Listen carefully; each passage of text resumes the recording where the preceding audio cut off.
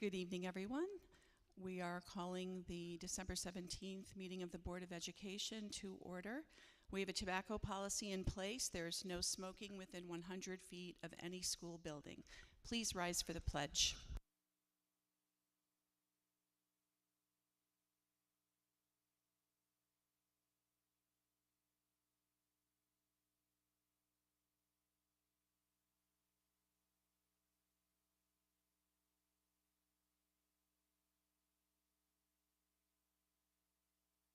Board Clerk, will you please call roll?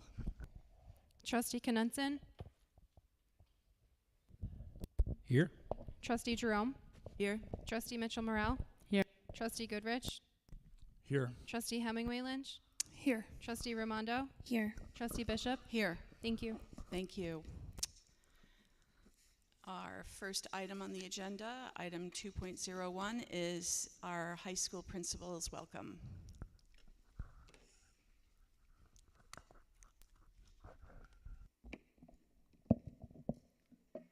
Good evening and welcome to Onteora High School. I wanted to start off by just expressing how proud I am to be the high school principal.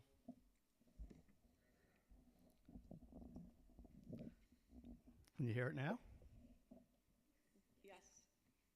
Okay. I will start over. Again, I just really want to express how proud I am to be the principal of Onteora High School. I can tell you that I have the absolute best faculty and staff, and our students are second to none. I'm blown away by how many times I hear how great our students are, how their behavior is, how they've impressed people within the community, at other schools, whether it's sporting events, competitions. We have a lot to be grateful for, and I'm extremely proud of the faculty, staff, and students, and very proud to be part of this district. Because of all of that, we are having an absolutely excellent year, and that's in spite of the fact that we have thrown so many new initiatives and goals at our faculty, our staff, our students, me. And they just keep excelling over and over and over again. So what I thought for tonight's presentation I would do is I would try to connect some of the initiatives and some of the goals that we're working on to some of the board goals, because you'll see how they really are connected. So every initiative that we're working on could really be a presentation in itself, because they're really that packed. So I'm going to kind of summarize these quickly, and maybe at another meeting I could hit a topic of your interest. But for now, I just want to kind of breeze through these, and any questions I'd be more than happy to take. So, one of the board's goals this year have to do with climate and culture, and just like the board, we're committed to creating a nurturing environment. We want students to be engaged. We want to take a look at students' individual paths and interests. So we're really grateful that you support all the programs that we're offering, all of our courses, all of our athletics, activities. It's really amazing what we offer. Related to the climate and culture, I'm going to talk a little bit about the personal electronic devices and where we are with that. I also want to have a little discussion about social emotional learning and that community mentor program. So let me just start by giving you a little bit of an overview of where we are this year. Right now, the high school currently, grades 9 through 12, have 366 students. In addition to all of the courses that we offer that are required, our core courses, we're also offering 32 electives, 16 advanced placement courses, 8 college-level courses, and of course there's 20 different career pathways that a student could choose from if they pursue the career and tech programs. It's amazing, 366 students to offer as many courses as we do. And it's intentional the way we offer these courses. We will rotate courses from year to year. We try to work with our counseling department to make sure that students who are on a specific track, let's say for college, have an opportunity throughout their career to take a course. They know the students, they report back to us what we should be offering.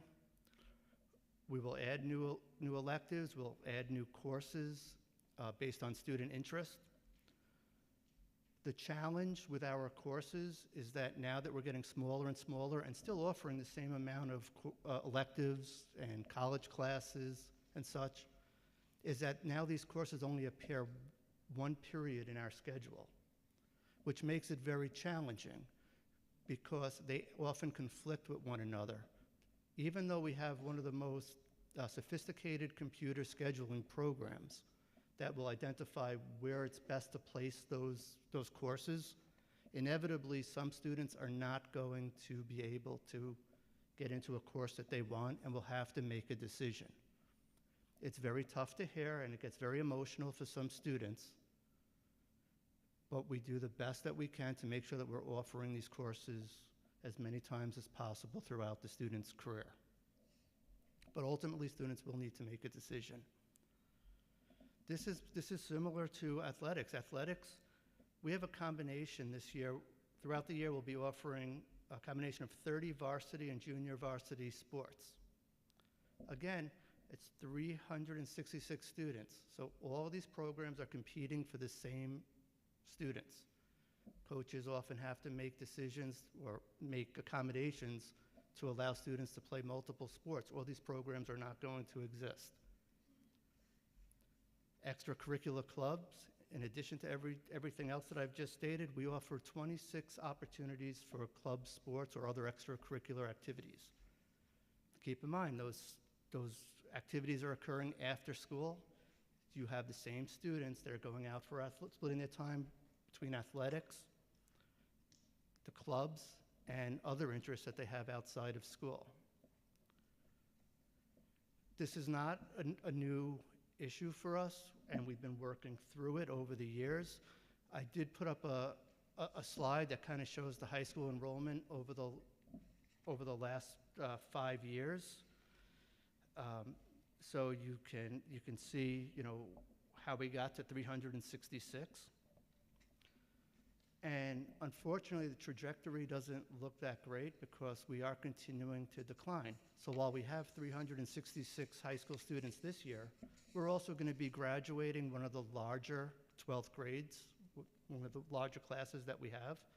And our 9th grade that will be incoming next year will be among the smallest enrollment. So with that loss, we're going to go from 366 students this year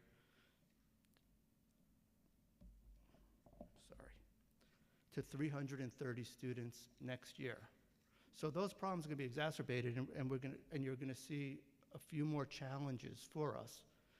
And then what I did was just for your own knowledge, I kind of projected it all the way out to the 28-29 school year, where we'll end up with 314 students, grades 9 through 12. And again, this isn't to be negative because we are going to continue to be creative. We're going to continue to find ways to offer courses and meet students' interests. But I just think it was important for everyone to have the same understanding of where we are, where we're going, and what we're doing. Also in the area of climate and culture, there's a lot going on with personal electronic devices, and we see this nationwide. Our teachers clearly identified that electronic devices last year were having a significant negative impact on our students.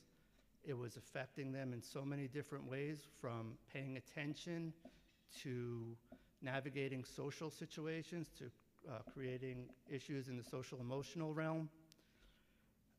It was a constant distraction.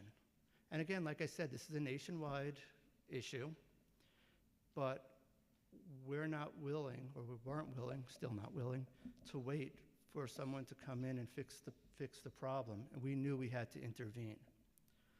So we made we made the decision as a team that we were going to eliminate or not allow any personal electronic equipment to be used this school year during the instructional day. We knew that we were going to get some pushback, and quite frankly, the pushback really wasn't as bad as we expected. I'm sure the board took some heat over it as well. Certainly, I know the superintendent got some emails. But we know it's the right thing to do, and sometimes the right thing to do isn't the most popular and isn't the easiest. What I can tell you is you will not find one staff member in my building that thinks that this is a bad idea after what they're experiencing now. To quote the majority of the staff members, this new initiative is a game changer. What does that mean? It means students are more attentive in class. They're more focused. Their interpersonal skills are growing dramatically. They're communicating with one another in the hallway. They're not walking around looking at their personal devices. They're making eye contact.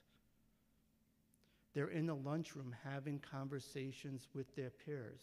And as silly as it sounds, or strange as it might sound, they're actually playing at lunchtime. They're getting involved in games that some of us would say, wow, I'm surprised that, a 12th grader would want to play Foursquare. It's kind of a middle schoolish type of a game. They're also, through all these games and all these interactions, they're learning how to navigate conflict. This is something that's been lost over the years. It is difficult. It was very difficult to implement, and we're now in a really, really good spot. When we first started, and I just created a quick slide just to show you, in the month of September, when we first put this into effect, our office received 57 referrals for students who are violating the electronic device policy that we had in place. In October, there was a drastic reduction to only 23 incidents that were reported. And in November, 16. So we've gone from 57 non-compliance issues to 16. And so far in December, we have a total of 2. And I'm going to assure you that it's not because people got tired of reporting it. The kids are leaving their devices home. There's always going to be kids who are going to sneak it into the bathroom and whatever to make that call. So be it. But the bottom line is, it's a dramatic improvement. I'm going to move on to SEL. SEL also aligns with the board's goals. Over the years, we've been continuously refining how we're delivering our SEL services. We've always focused primarily on our 9th and 10th graders, with the thought process being that students will come to the high school with those skills because they've had SEL circles for all these years. It is a big adjustment coming into 9th grade, and we want to support the independence. But the 9th and 10th grade levels are really where we want to focus our attention. And by 11th grade, those students should have those skills and be able to have those difficult conversations, especially around like controversial materials that are being presented. So we're very happy what it's turned into. We've also made this more of a homegrown program. So when we were learning the program, we utilized outside sources to kind of, help us learn about how to convene a circle, how to run the circle, what type of topics, how, what's the general rules, and we learned those practices. But over the years, we said we have to figure out what's important to Onteora. What is it that we're hearing from our students, our community? How do we better support our students? And we've done that. And I'm going to explain that more in a little bit. But we still convene our circles at least once a month. We now have approximately 24 staff members who are trained and who are running circles. They're facilitating the groups. And at the 9th and 10th grade level, there's about 10 to 12 groups at each grade level. This year, we also added SEL coordinators. Our SEL coordinators, we have a school social worker, Megan Shanker is one of the coordinators, and a high school science teacher, Brianna Funk, who is also a SEL coordinator. And since I just said her name, I'm going to put her on the spot. Not really, she prepared. But I'm going to ask her to talk about a couple of slides.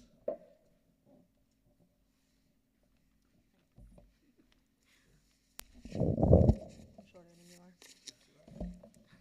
are. So our SEL circles have been going really well over the past year and a half now. We've taken a lot of feedback from our 9th and our 10th graders. Last year, we took a lot of feedback from the 9th grade group that was finishing, and we asked them what topics they were struggling with. They came up with specific topics like their study habits and life skills and hygiene and bullying and things like that that they were struggling with coming from 8th grade to 9th grade. So because of that, we were able to come up with a goal for the 9th grade group, and it is cooperative team building to become better citizens of the Onteora community. And with that, we've decided for them to make a game show that they're gonna end up running for the 8th grade SEL circles, specifically around those topics that they have already said are issues for them transitioning from that 8th grade to the 9th grade. So they're gonna end up facilitating a game during one of the SEL circles for 8th grade, and it's gonna help them engage in team building, role assignment, and how to work constructively with their peers. For our 10th grade group, last year was our first year that we did a carnival. We got a lot of really positive feedback from our students. They absolutely loved being able to play the different games that the 10th graders had designed. So we are keeping in that goal with the active leaders and creating a culture of inclusion. Our 10th graders are again going to design carnival games for the 9th graders to play. They get a little bit more wiggle room where they get to pick a lot of their topics. Some of the topics that have already been identified are bullying and social media pressure, risk reduction, conflict resolution, and teen mental health first aid. So a lot of these games are designed completely by the students, and then they're run by the students for our 9th graders at our SEL Carnival that will be in May. And then, this year we have a youth advisory board that's actually made up of some 11th and 12th graders, and they've been able to apply for it. They get community service hours, and they've started guiding Megan and myself into different icebreakers that they really liked when they went through the SEL program and how to really make it a whole for the entire school community. Okay, I know I'm moving through this really quickly. Another program that we had to change a little bit, not change much, but is the Community Mentor Program. And for those who are unfamiliar with the program, the Community Mentor Program really allows high school students the opportunity to pinpoint an area of interest, something that they want to study, an independent study, and learn more about. And then throughout the semester, our Community Mentor Program advisor or coordinator works to connect the student with a community member who obviously mentor them. They'll explore the independent study, and through monthly meetings and some guided activities, they will create a real polished presentation of everything that they've learned at the end of the year. And I want to be careful what I say because this isn't like a done deal yet, but quite frankly, this is going to play really nice into the different pathways that are being discussed by the state ed. And students currently do earn a half credit for completing the program. We hope to have all of our mentors in place soon. Hopefully at the next board meeting, you'll have all the ICRs from all the mentors. But with us tonight, I do have David Nelson Epstein, who is taking over the program. Last year, Kay Goldbeck ran the program, and she did so for so many years. So we're kind of rebuilding it, and I'm really impressed that David's been able to pull things together very quickly. So David, you want to talk a little bit about where we're at?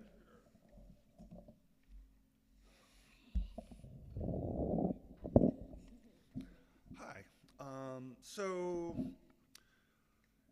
Kay had been doing the program for decades, and she was ready to retire. So I took over, and so it was uncertain at the beginning of the year whether the program was going to continue. So guidance hadn't really pushed it very hard last year. So I kind of, the startup was a little slow. So I kind of advertised at the beginning of the year, and students had a deadline of November 1st for applying to the program.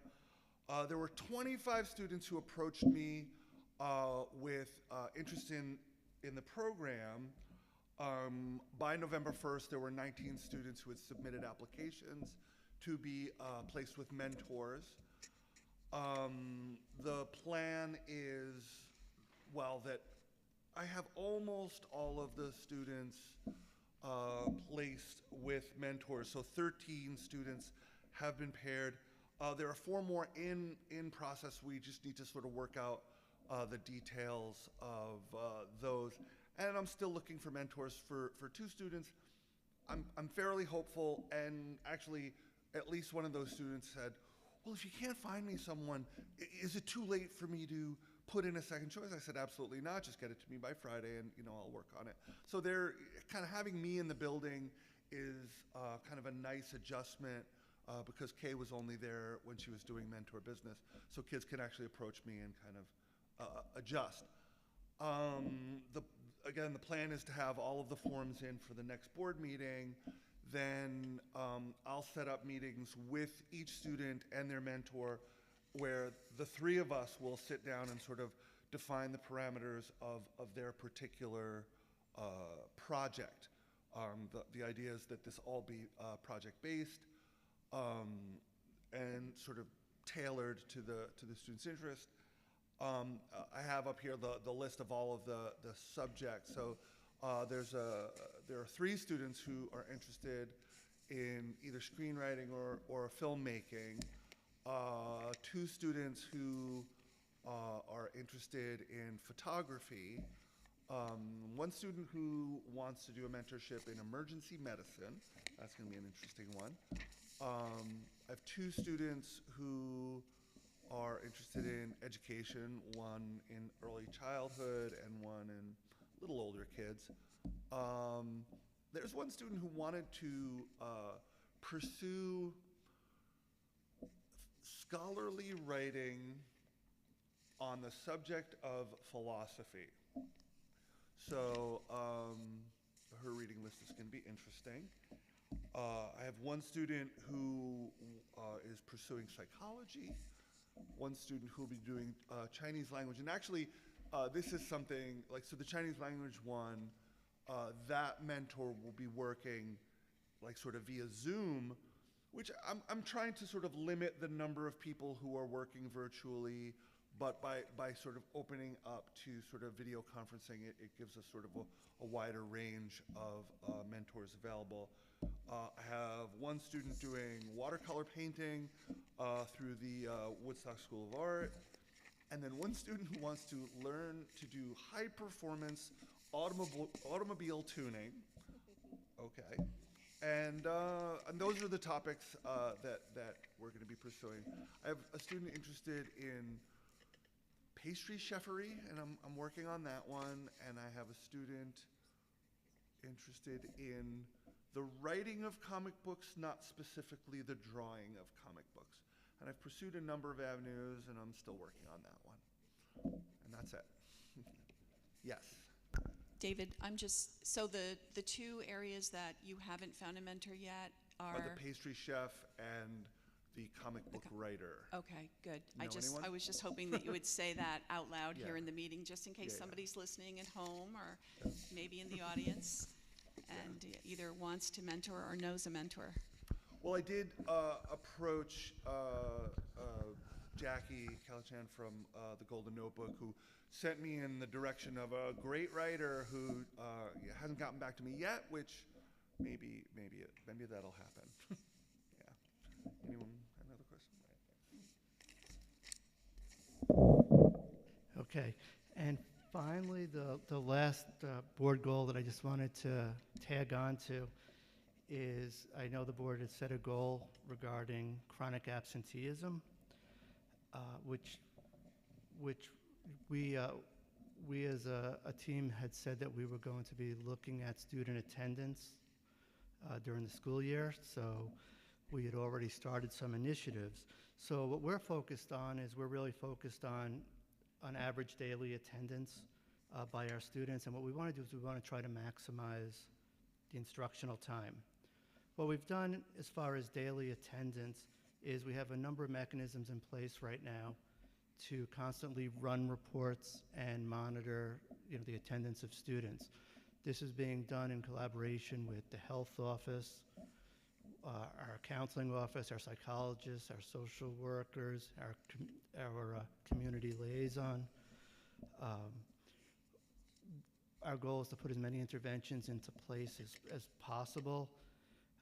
The chronic absenteeism number or percentage that comes out, we're not as focused on that percentage because there's just so many variables within that chronic absenteeism formula that we really can't address. But we are working on improving the daily attendance. One of the things we also did, just as a side note that's not on here, is we also had changed our schedule. We used to have homeroom at the very beginning of the day, first period. And one of the reasons why we wanted to change it to third period was really for communications. I guess I could go to your communication goal, but was because we have a number of students who have late arrival, so they never got to hear what was going on in the building. And especially if we were praising them, because we always have students doing amazing things, they'd miss hearing the accolades about themselves. An unintended consequence of this was because the day didn't start right away with homeroom and students took their time getting to class and were often late. Now they didn't have that. So what we're finding is students are actually getting to school on time, or more students are getting to school on time, and the instructional day starts right away. So that was an unintended consequence. Another interesting thing that we implemented this year was a new electronic hallway pass system. And again, we did it for different reasons. Our intended consequences, or our intended reasons were to address, one, I don't know, there's no better way to say this. The bathroom passes are absolutely disgusting.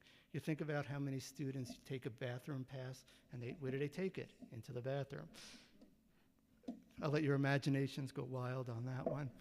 But we wanted to eliminate that. The second thing is that we wanted to have some accountability of where students are at all times. So if there was a lockdown or some reason why we needed to locate a student and they weren't in their class, we'd be able to quickly log into a system and say, oh, so-and-so is in the counseling office. There's nothing more embarrassing to us than when a parent comes unannounced to pick up their student for whatever reason, and we can't find the student because they're on a pass somewhere.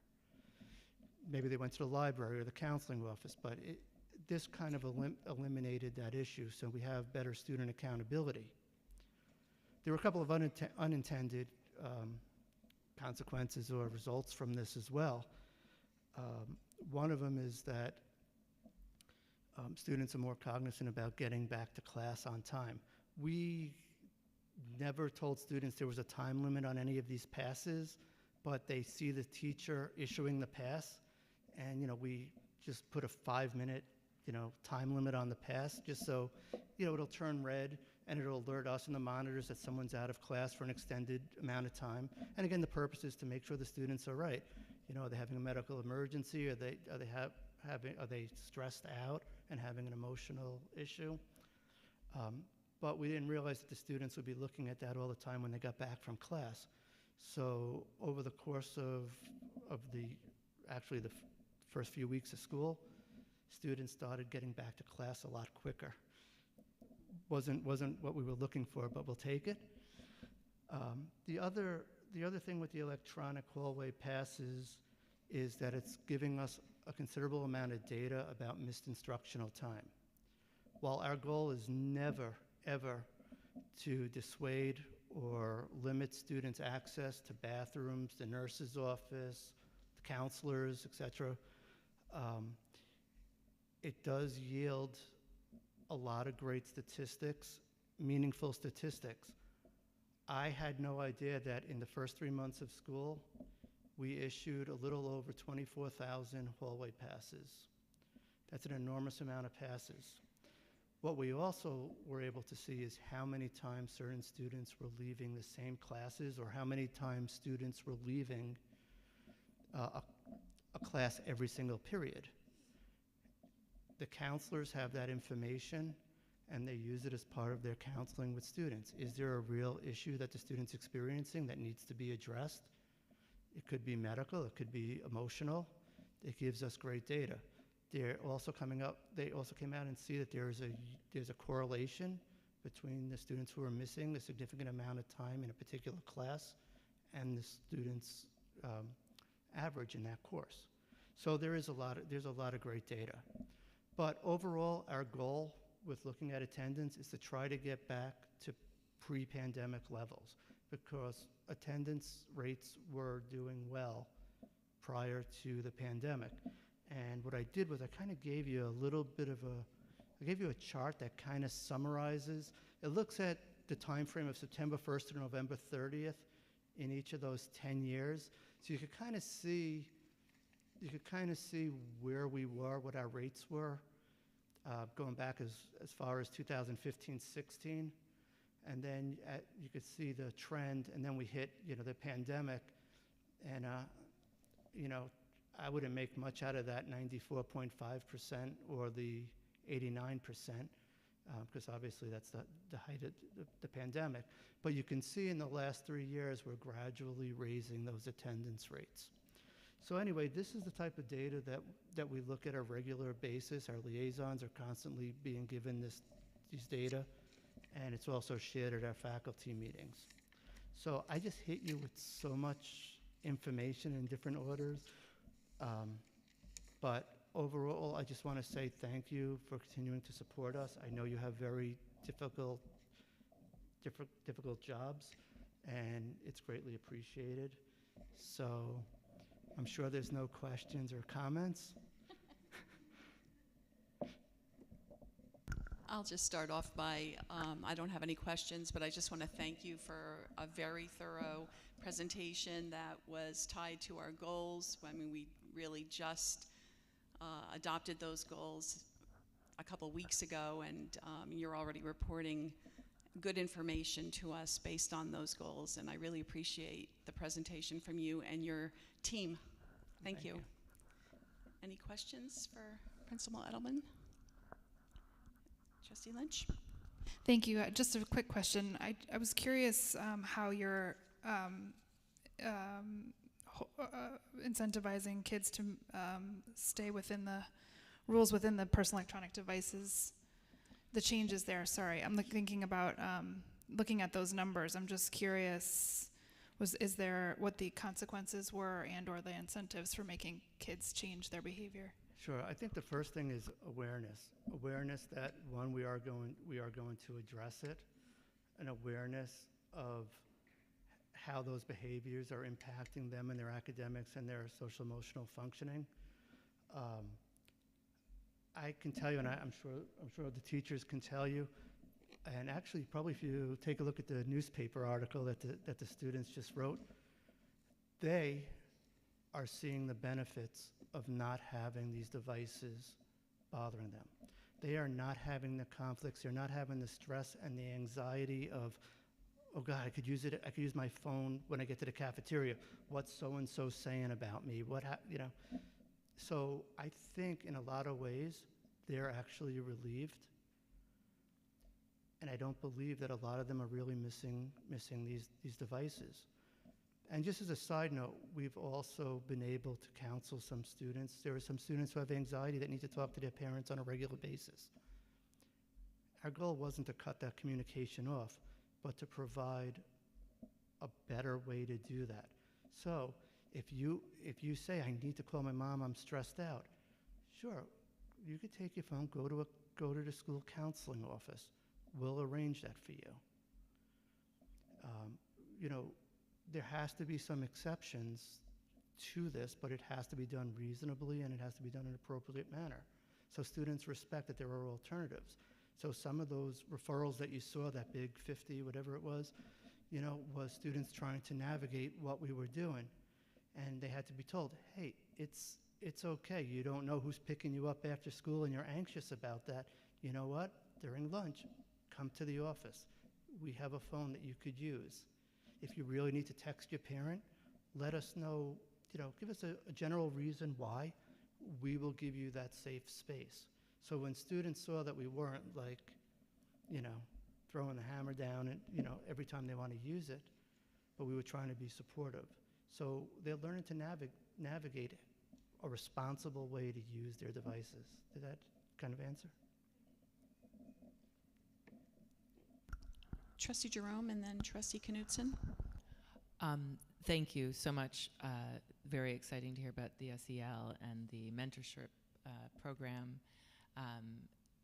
I guess I'm going to ask about academics, which is also a board goal as we are a school district. And I'm a little concerned that the sprawling programming from what you presented me here with our declining enrollment problems would negatively impact performance.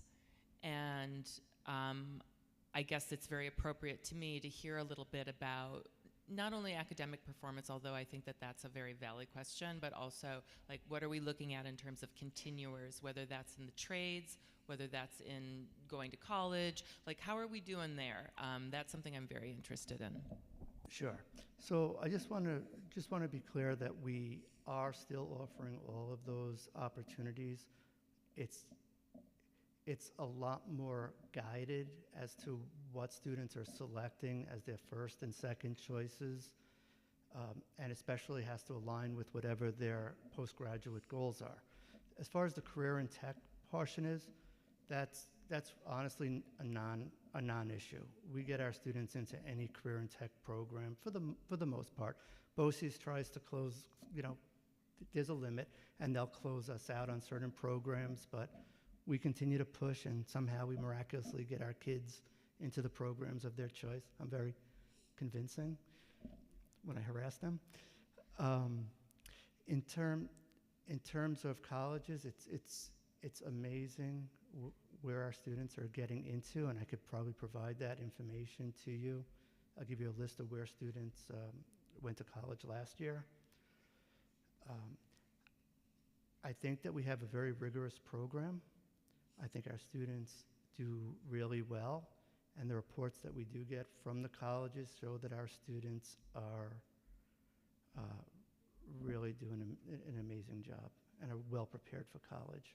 But is there something specific in there? No, that's kind of vague, but you wouldn't have it on hand anyways, I understand.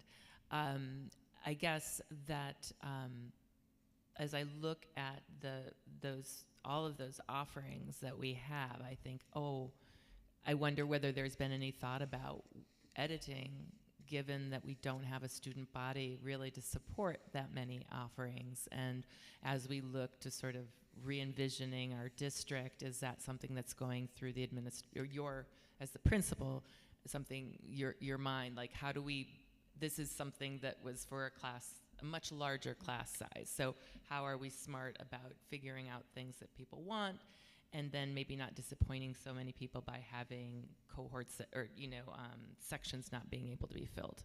Sure. So two responses on that is one of the benefits of becoming a smaller student base is that our counselors get to know our students a lot better.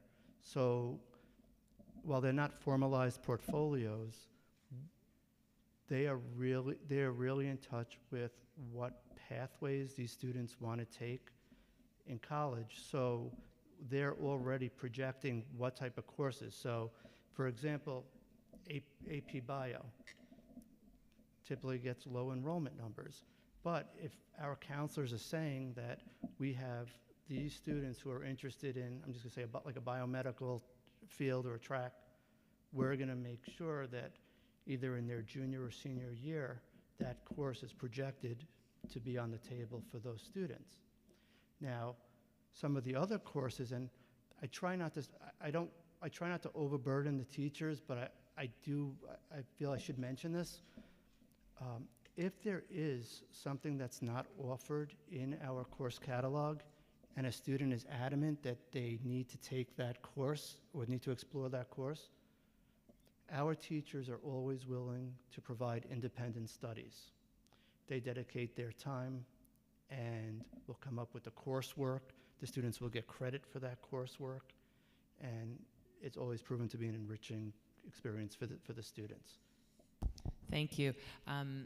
And just one last, and then I'll put it down. But to say that the mentorship program, to me, as I heard about it, seems like a really nice pivot when you are talking about individuals, building a class around one individual student.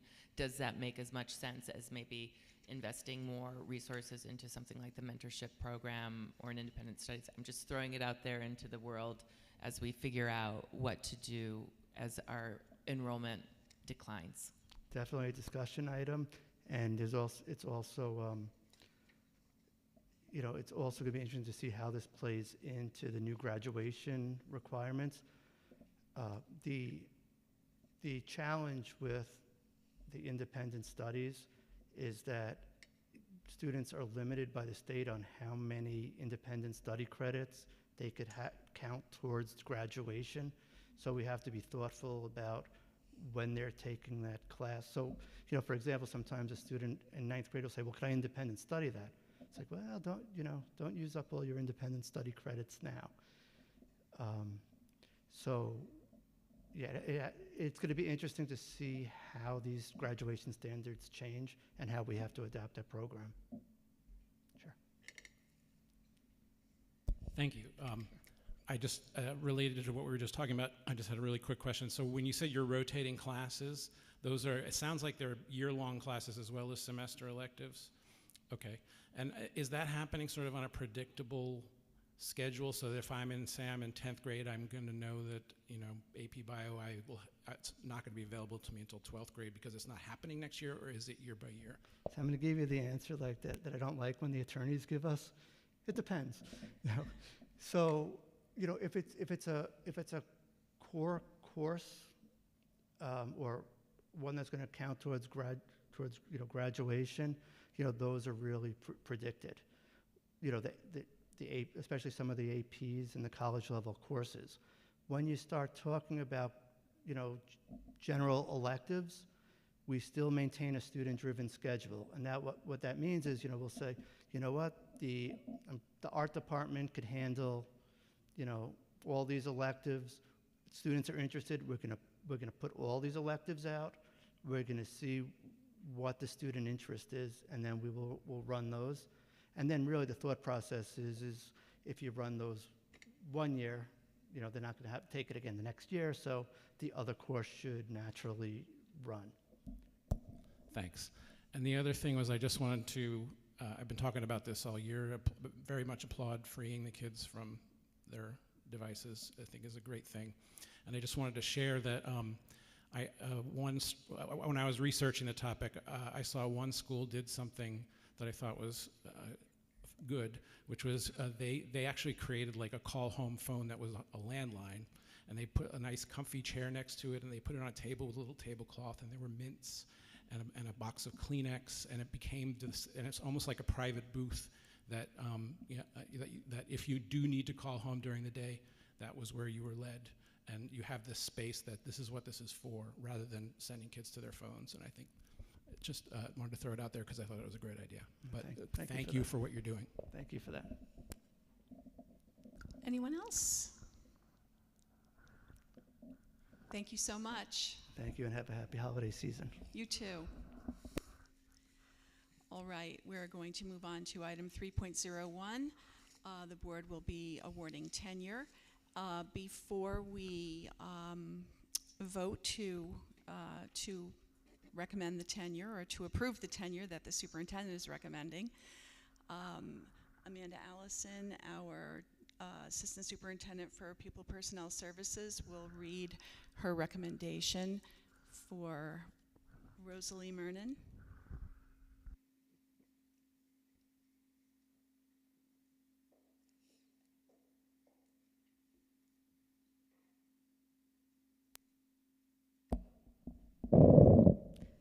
Okay. So thank you, Board of Ed trustees. I want to introduce Rosalie Mernon, embarrass her a bit right here with her family. It is with great joy that I have the pleasure to recommend Rosalie Mernon for tenure as a school social worker within the Onteora Central School District. Ms. Mernon joined Onteora on April 12, 2021 as the Parent Community Liaison. She has demonstrated dedication, adaptability, and a deep commitment to the well-being and success of our students and their families. In the role of Parent Community Liaison, Ms. Mernon has excelled in coordinating vital services and resources for families. This has ranged from mental health and case management to transportation and in-home services. Her efforts in supporting attendance for all district-enrolled students has and continues to be crucial in addressing chronic absenteeism and helping students reach their academic potential. Ms. Mernon has also proven invaluable in securing essential residency and medical documentation, conducting wellness and residency checks, arranging holiday resources for families in need. And I will just say I have gotten so many emails this year about her support of our students through all the different charities she's working with. So big kudos for her on that. And connecting students and families with county services. In addition to her liaison role, Ms. Mernon has also served as a school social worker at both Phoenicia and Bennett elementary schools. In these capacities, Ms. Mernon has provided school counseling service to students and parent support and training to guardians. She's attended CSE and CPSE meetings, delivered the Too Good for Drugs program at the elementary level, maintained detailed records, written social histories, and provided counseling to preschoolers. Ms. Mernon's active participation in team meetings and decision-making processes highlight her commitment to collaborative thinking. Over the past 4 years, Ms. Mernon has shown remarkable flexibility in adapting to evolving district needs. She has always led her work with a focus on providing exceptional support to our students and families. Her prior experience to joining Onteora includes roles as a caseworker for social services, childcare worker at Astor Residential Home, and a social worker at the Northeast Trauma Center. Her wealth of knowledge in various social work areas continues to support Onteora to learn more about trauma-informed care, county social support systems and resources, and case management. In light of her impactful work, dedication to Onteora, and commitment to our community's well-being, I recommend Rosalie Mernon for tenure. Yay!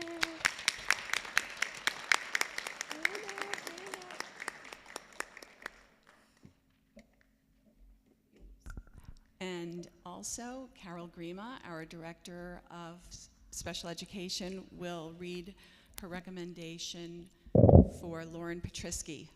Good evening. Lauren is here as well, and you can give a little wave. You're welcome to stand up here with me if you like. So, it is with great enthusiasm that I recommend Lauren Petrisky for tenure as a school psychologist at Onteora Central School District. Currently in her 5th year at Bennett Elementary School, Ms. Petrisky has proven herself to be an invaluable asset to our school community, consistently demonstrating a deep commitment to student success, collaborative practices, and innovative approaches that enhance both academic and social-emotional outcomes for our students. In her role at Bennett, Ms. Petrisky has engaged in a range of services, from individual counseling, psychoeducational testing, to whole class social skills support. Ms. Petrisky has also provided targeted push-in lessons for our 5th grade girls using the Ophelia Project curriculum, focusing on regional aggression and strategies for managing social dynamics effectively. As an active member of the Multi-Tiered Systems of Supports, or as we know, the MTSS Committee, Ms. Petrisky has played a key role in developing our district MTSS handbook, which continues to serve as a guide for best practices across the district.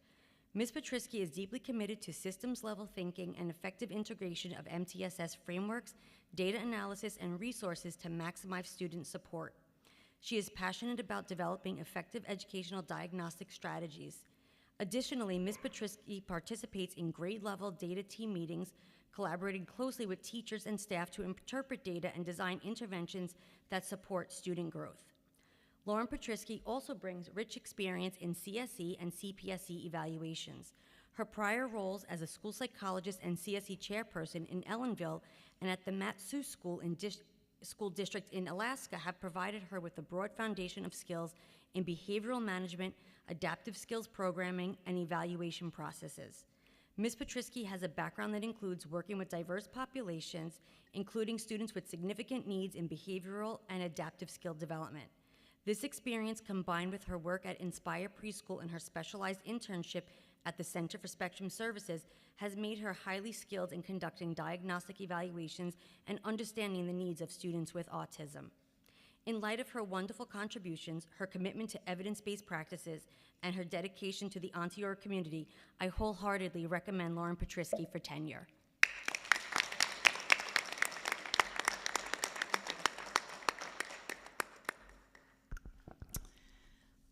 The following named instructional personnel, having served a period of probationary status consistent with the education law of the state of New York and provisions of the Commissioner's regulations, and having received continuing satisfactory evaluations of performance, are hereby recommended by the Superintendent of Schools for approval for tenure status.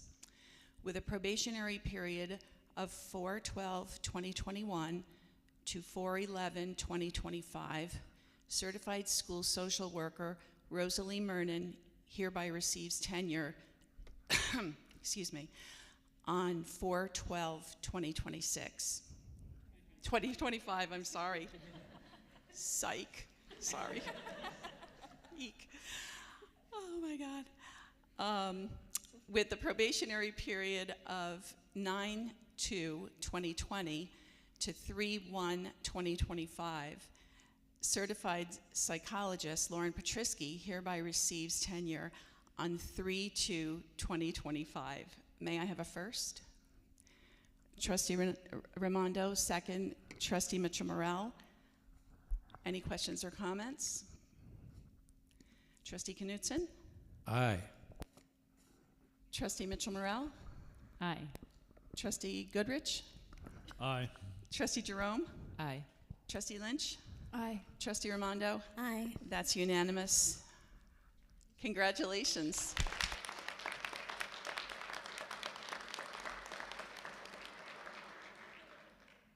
There are cookies outside the auditorium. We'll take the break, the board will take about a 10-minute break, but please step outside and have a snack, and congratulations again.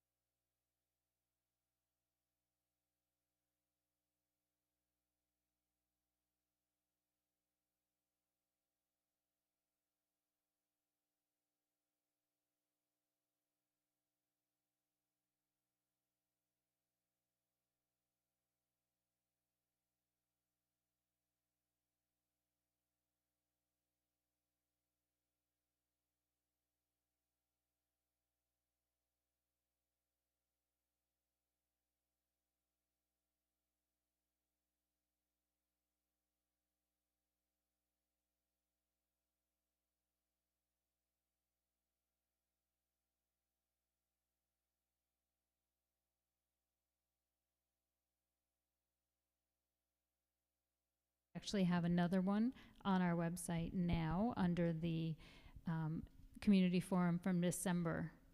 Our facilitator and I can't remember the title she used. The wonderful artist who created the artwork from December, that's up on our website as well. So we'll probably be able to feature that in one of our future presentations. Is it her scribe, her visual scribe? Visual scribe. See, it came to me. So really what we wanted to do is kind of bring everything together that we've kind of talked about in bits and pieces, to really kind of go over what the planning has entailed, what will continue to entail as we go towards a May vote. So in looking at what would be part of this capital project, I know many of you have heard the term building condition survey. That is what the architects do every 5 years, look at our buildings, what are the priorities that need to be repaired and things like that. Obviously, any project that we're going to put to the voters, we want to make sure that we are capturing those kind of high-level nuts and bolts things. As you know, we have done many staff and community involvement sessions. We are continuing to do them. We're also evaluating what are our wants versus what are our needs. Needs, again, going back to the nuts and bolts. Continued feedback from the community. We are going to have 3 community forums, 3 staff forums, and we've also had a student forum. And then as we work through all this, what is the cost going to be and what is the tax implications? So currently we have many people helping us in this endeavor besides us in central administration. We have Point Road Studios, Sharon Leposki from helping us as a consultant, Clark Patterson Lee as our architects. We are also looking to bring a new construction management firm on board. We have Fiscal Associates as our fiscal advisors, and Hawkins, Delafield, and Wood as our bond counsel. And they will be the ones that will help us with the financing. So the project focus areas, these are really just kind of the general areas that came out of the visioning sessions. And they are, as you can see, all encompassing, from health and safety to site infrastructure to academic program enhancements, school communities. These are all things that were brought up in those visioning sessions as things that the community, the staff, really wanted to see as we were looking to do a project. So we're taking all of these areas into account as we start moving forward. My favorite was this roadmap to vote day. I have to say, I stole this from another school. As you can see, it's a long, windy road, and through the middle, the entire time, we're planning and estimating. So it never stops until we get to the May 20th vote day.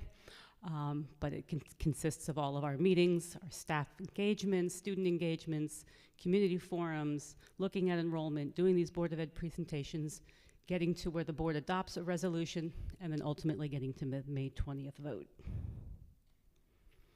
Important dates coming up. These are all dates that we will continue to look at supplying information, gathering information, with the ultimate goal of having the board adopt a resolution for the annual election. As you can see, March 4th, we kind of put in bold, that's when we will present the final capital project presentation to you. And end of February, we we shall have all the detailed scope with the estimated cost of the project, because obviously we would want to make sure you have all that for the discussion on March 4th. So I know another question that's come up. So if the project vote passes, what would a tentative timeline look like? So we had done this based on, well, a lot of it was based on SED review and approval, because as you can see, that's on there for 6 months, because it has unfortunately taken that long. We have had the discussion, though, with the architects that if we do get a May a capital project approval vote, then we could work with the architects to design something that might be kind of have a shorter approval process, something that might be a little smaller in scope, that we could then actually do in the summer of '26. Potentially the fields, I can't remember if there was something else. I think the fields was something that we were thinking of that would be standalone and an immediate improvement for our campus and for our community. I just wanted to mention, because if you look at that at first glance, you may not realize that's July 2025 to June 2026. So the 25 and the 26 are actually 20, yes, years, not days. Just wanted to make sure that was clear to everybody. My apologies. Yeah, so we left ourselves an entire year to design this next project, which it allows us to do it in many different ways. That was kind of the plan. But as we said, we could actually design something smaller in a faster timeline. So a lot of questions have come up as far as how do you pay for a capital project and what are the pros and cons of the different ways of doing it. Very similar to how people buy homes. You have two choices. You can borrow the money to buy your home, or you can use cash. There are pros and cons to both. For example, cash, which is how we have historically paid for our projects over the last multiple years. You have no debt, but you're still getting building aid. Some of the cons are you're limited in what you can do with the cash that you have on hand. So we save money, great, then we have the voters vote on a small project. And that's so it kind of goes up and down based on what you have for cash. And how much cash you have varies from year to year. Only gives you kind of the ability to do small projects. And then, of course, you've got the cons of the escalating costs if you're only doing small projects every year. Borrowing, on the other hand, also has pros and cons. So the pros to borrowing is you can maximize work, tends to last longer. You get the economy of scale when you're doing a larger project. Competitive bidding, bidders like big projects because they know their people will be busy for a long time. For example, we're talking about 2 summers. Companies love it. They can plan their work for 2 whole years. And then you also get building aid that'll help offset your debt. And you get predictable payments. So it's kind of like your mortgage. You know for the next however many years what your monthly payments are, in our case they're annual payments, are going to be. The cons are obviously you're taking on debt, and there is the potential for increase in taxes. Did I miss one? I did. Oh, look. So kind of like I said, school construction projects require long-term commitments that will need to be repaid annually as principal and interest. So very similar to, as I mentioned, a mortgage. So schools what schools generally do is they issue short-term notes initially. They're called BANs, bond anticipation notes. We can issue those for up to 5 years. And then after the 5 years, what normally happens is you roll all those bands into a bond. So what you can, so the idea is try to pay off as much of the bands as you can so you're not bonding as much. When the voters go to vote for a project, they are not voting to borrow that money. They are voting on what the maximum cost of the project will be. We say that the district may bond up to, because again, we don't know what's going to happen, but it's a not to exceed amount. The hope is we save, like we can save money, we can pay down our bands, and then we don't have to bond as much. And then usually what happens with the state is the state will then issue, or we will try to issue debt that will coincide with our building aid. So $10,000 or $1 million project, 31%. I'm sorry, let me back up. $1 million debt payment. Actually, I think I have that slide, but anyway, we try to get the aid to match the debt. That's okay.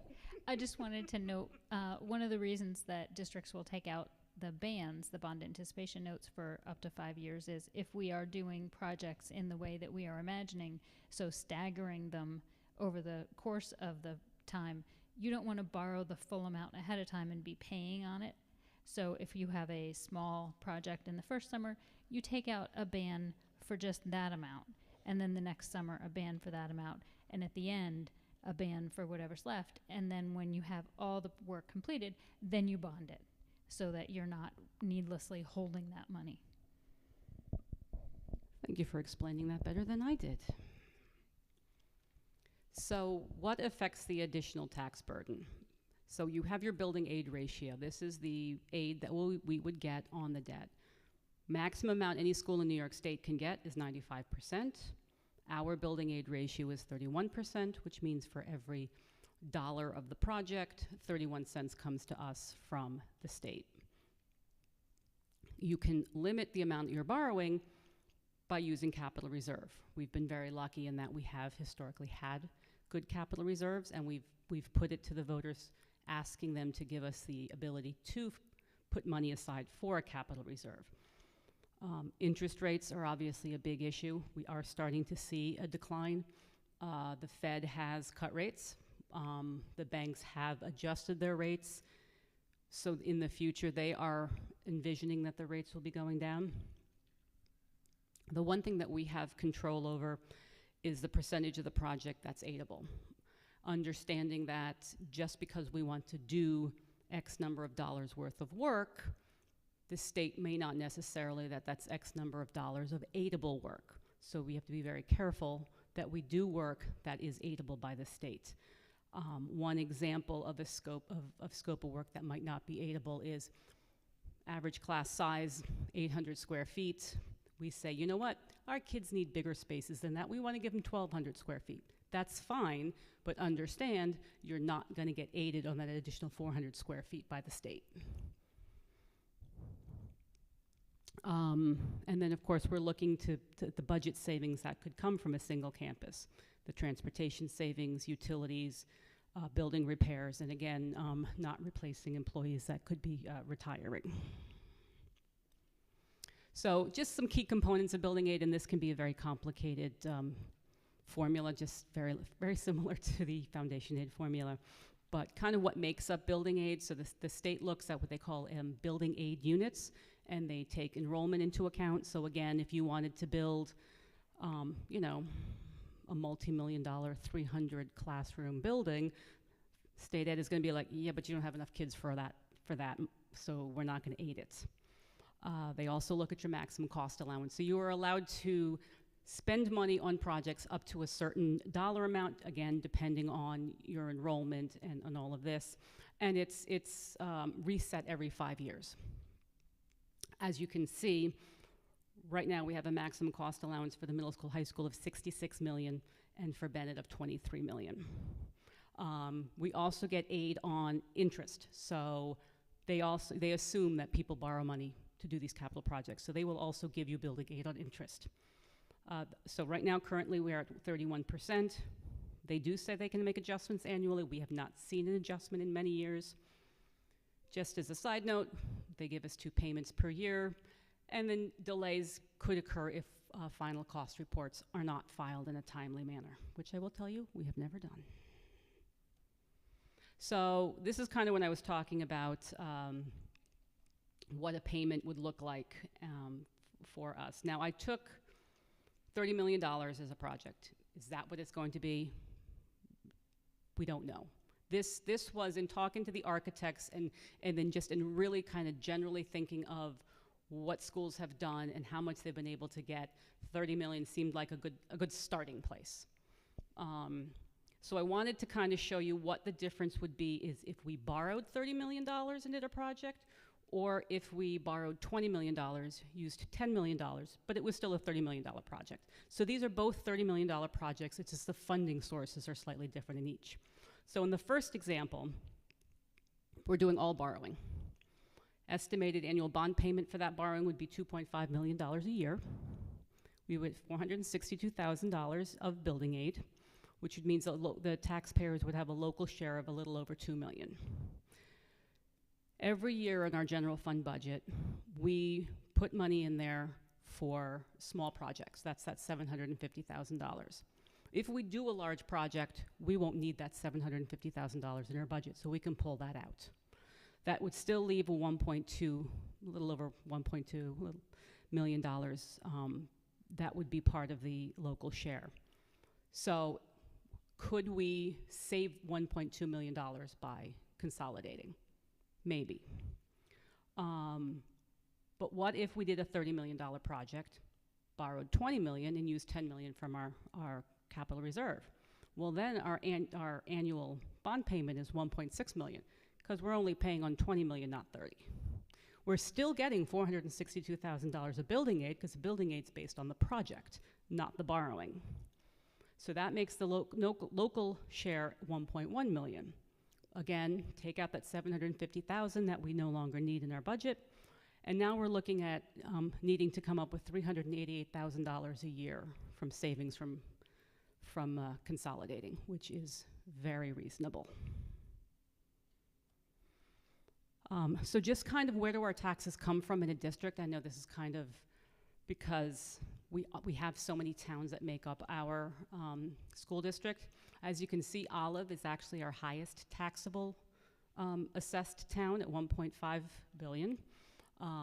Woodstock is second at 1.1 billion, and then Hurley at a little over $1 billion. And then we've got obviously Marbletown, Shandaken, and Lexington that make up the rest. So we have almost $4 billion in taxable assessed value in our district. As far as reserves, I know a question came up, well, if we use $10 million, then we're not going to have any money left. Well, first of all, a capital reserve can only be used for capital projects. That's what it's designed for. As you can see, we already have $6.6 million in our capital reserve. So the other reserves would still remain. We have our maximum allowable 4% in the unappropriated. That's the little under 2.8 million. That's our emergency fund. That's the family of 5 who moves into the district, and every child in that family has an IEP that sends them out of district. There is $500,000 right there, minimum. Will it happen? Could it happen? That's why we're allowed to keep that. So right now we have over $18 million in fund balance and reserves.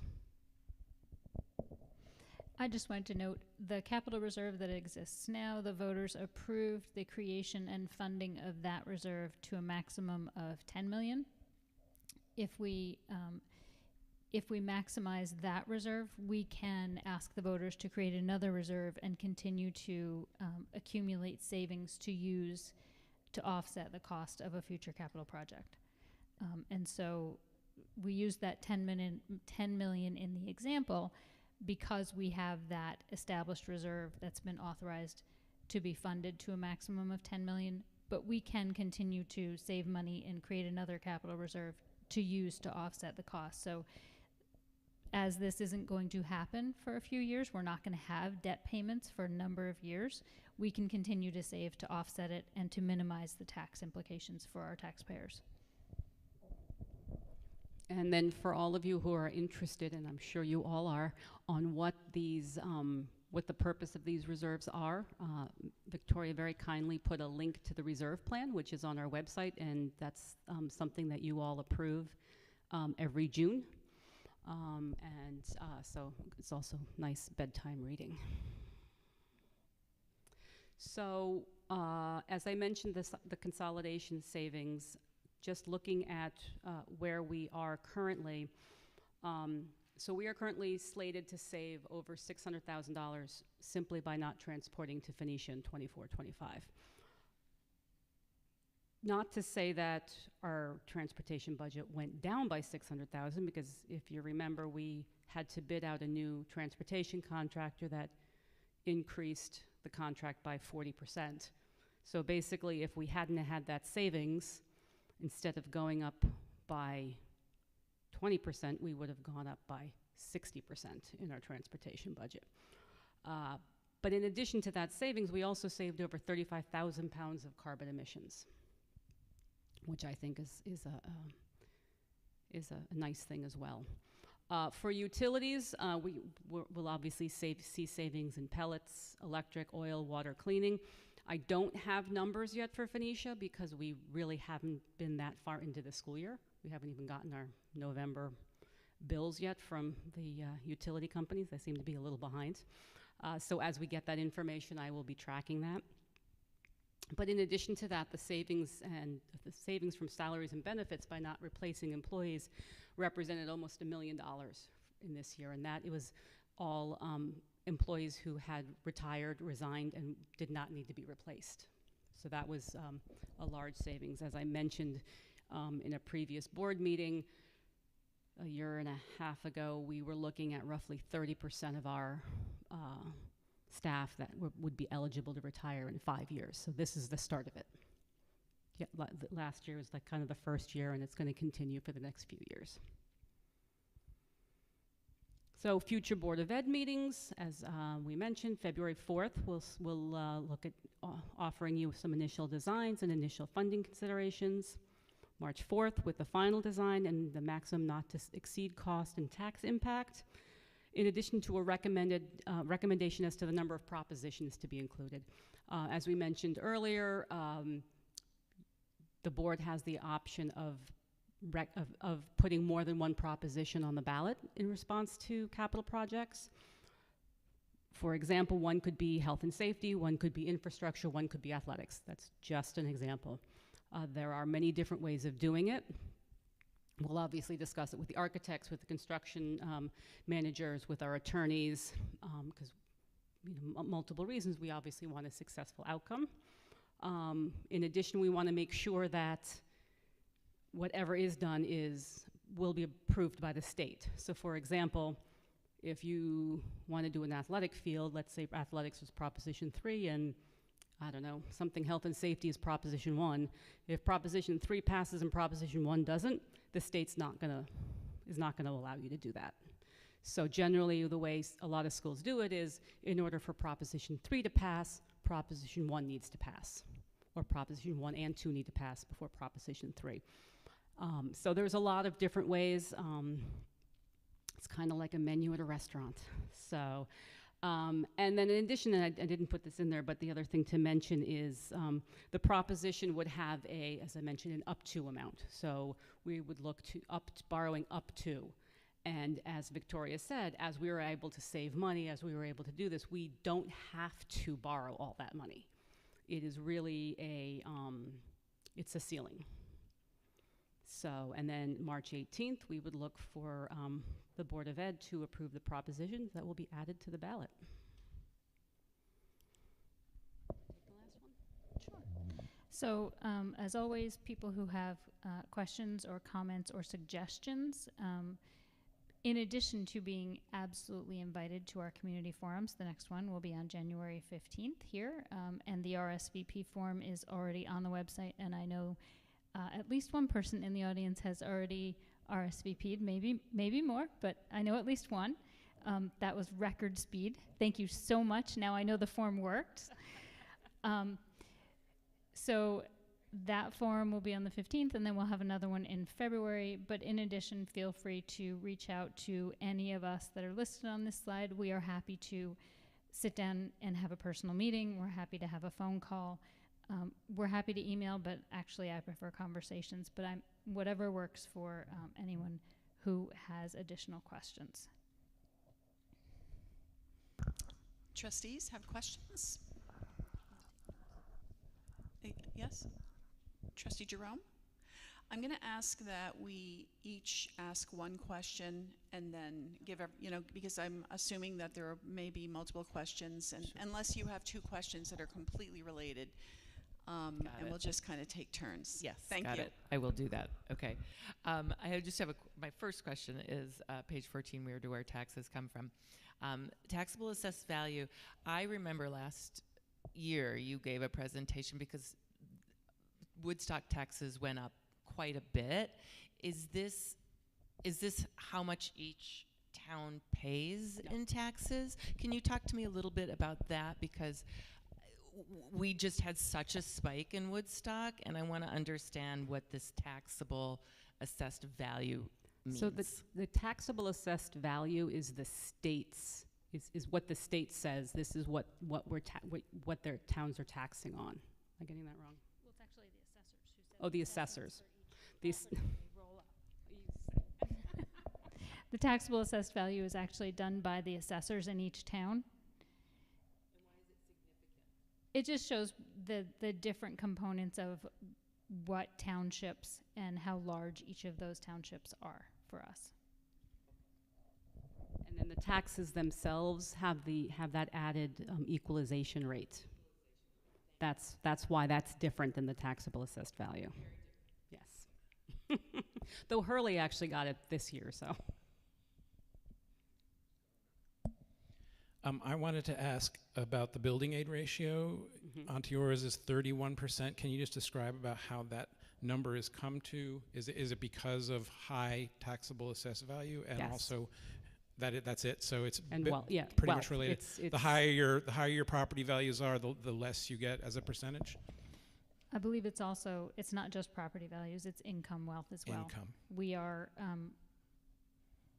by statistics, significantly wealthier than most districts. And I think at one point it really was more property wealth, but it is truly a combination of property and income wealth at this point. Okay. And my quick related question is, I think you answered it, is that building aid comes in once a year? Yes. And it's right before? It's part of our, it's part of, you know, Twice a that's- year? it's part of our state aid that's revenue every year. The state Okay. tells us what we're gonna get.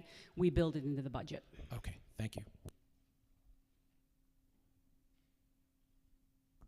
Thank you so much for the presentation. Can I ask you to again, Superintendent, you mentioned something about the difference between the first 5 years, which is potentially where we would have that we would issue the short-term bans, which are the bond anticipation notes, and then we would go to potentially issuing the bond. And so in that 5-year period, we wouldn't see potentially an increase in taxes. Is that accurate? And also, would that give us an opportunity to look for other sources of funding? Potentially our savings, as you were just explaining, may increase, and or we could look for potentially private investment or grants or other things that may help offset that bond cost. Is that accurate? Usually the ban, I've only had experience with bans in other districts because we have not historically borrowed here. So I would actually want to ask our fiscal advisors in terms of the schedule. My understanding from my experience is that a ban is an annual note. And so it literally is re-banned each year until you bond it. So there is sometimes a small payment, but it's not the full annual payment for the bond. But I would ask them to maybe give us just an example schedule. I don't know that we would need one for 5 years. If we're only anticipating 2 or potentially 3 years of construction, you would want to move on and bond it once the project was complete. But that would extend the amount of time, as you were just referencing, that we can save and potentially look for additional funding, because the proposition that the voters would approve would include an up to amount. We are in no way obligated to borrow that maximum amount, and we would not want to if we could avoid it. Okay, thank you. I think it's also similar to when you do a home construction. You know, you construction loan, you know, you say, I'm gonna build a house, it's gonna cost me, you know, $200,000. Like, okay, but, you know, and then they kind of release the money as you need it, and you're really only paying, and I think it's similar, you're only paying interest until such time that, okay, my house is done, now I'm taking a mortgage. Trustee Mitchell-Morel, then Trustee Goodrich. I asked you a lot of questions over email when you first sent this, and I noticed you incorporated a lot of them, so I really appreciate that. 2 things. First of all, I know the 30 million was a guess. I don't know if you said this, but when do we expect to get that actual number? Our hope is that we will have preliminary numbers for you by February 4th. Okay, come on. And then, the other thing is there is a slide about if the bond passes. Can you talk a little bit about the process of if it doesn't pass, and also if we do it in propositions, if some pass and some don't? So if the project vote doesn't pass, then the board has options, very similar to if a budget itself doesn't pass. The nice thing about a capital project vote is you're not limited to doing it just on vote day. Many schools actually do it in the late fall, early winter, kind of November, December timeframe. The nice thing about this timeline is if this project vote doesn't pass in May, we could look at, and I would suggest doing an exit poll and saying, okay, if you didn't vote for the project, why? So we can get a feel for, you know, what it is the community didn't like about the project. And then retool it, go out in, let's say in November, and still meet most of this timeline. Whether it's a smaller vote, whether it's a different, you know, type of vote. Or the board can decide not to do a capital project at all, which I wouldn't recommend because our building condition survey really says we need one. In terms of the packaging of the propositions, that's also a board decision.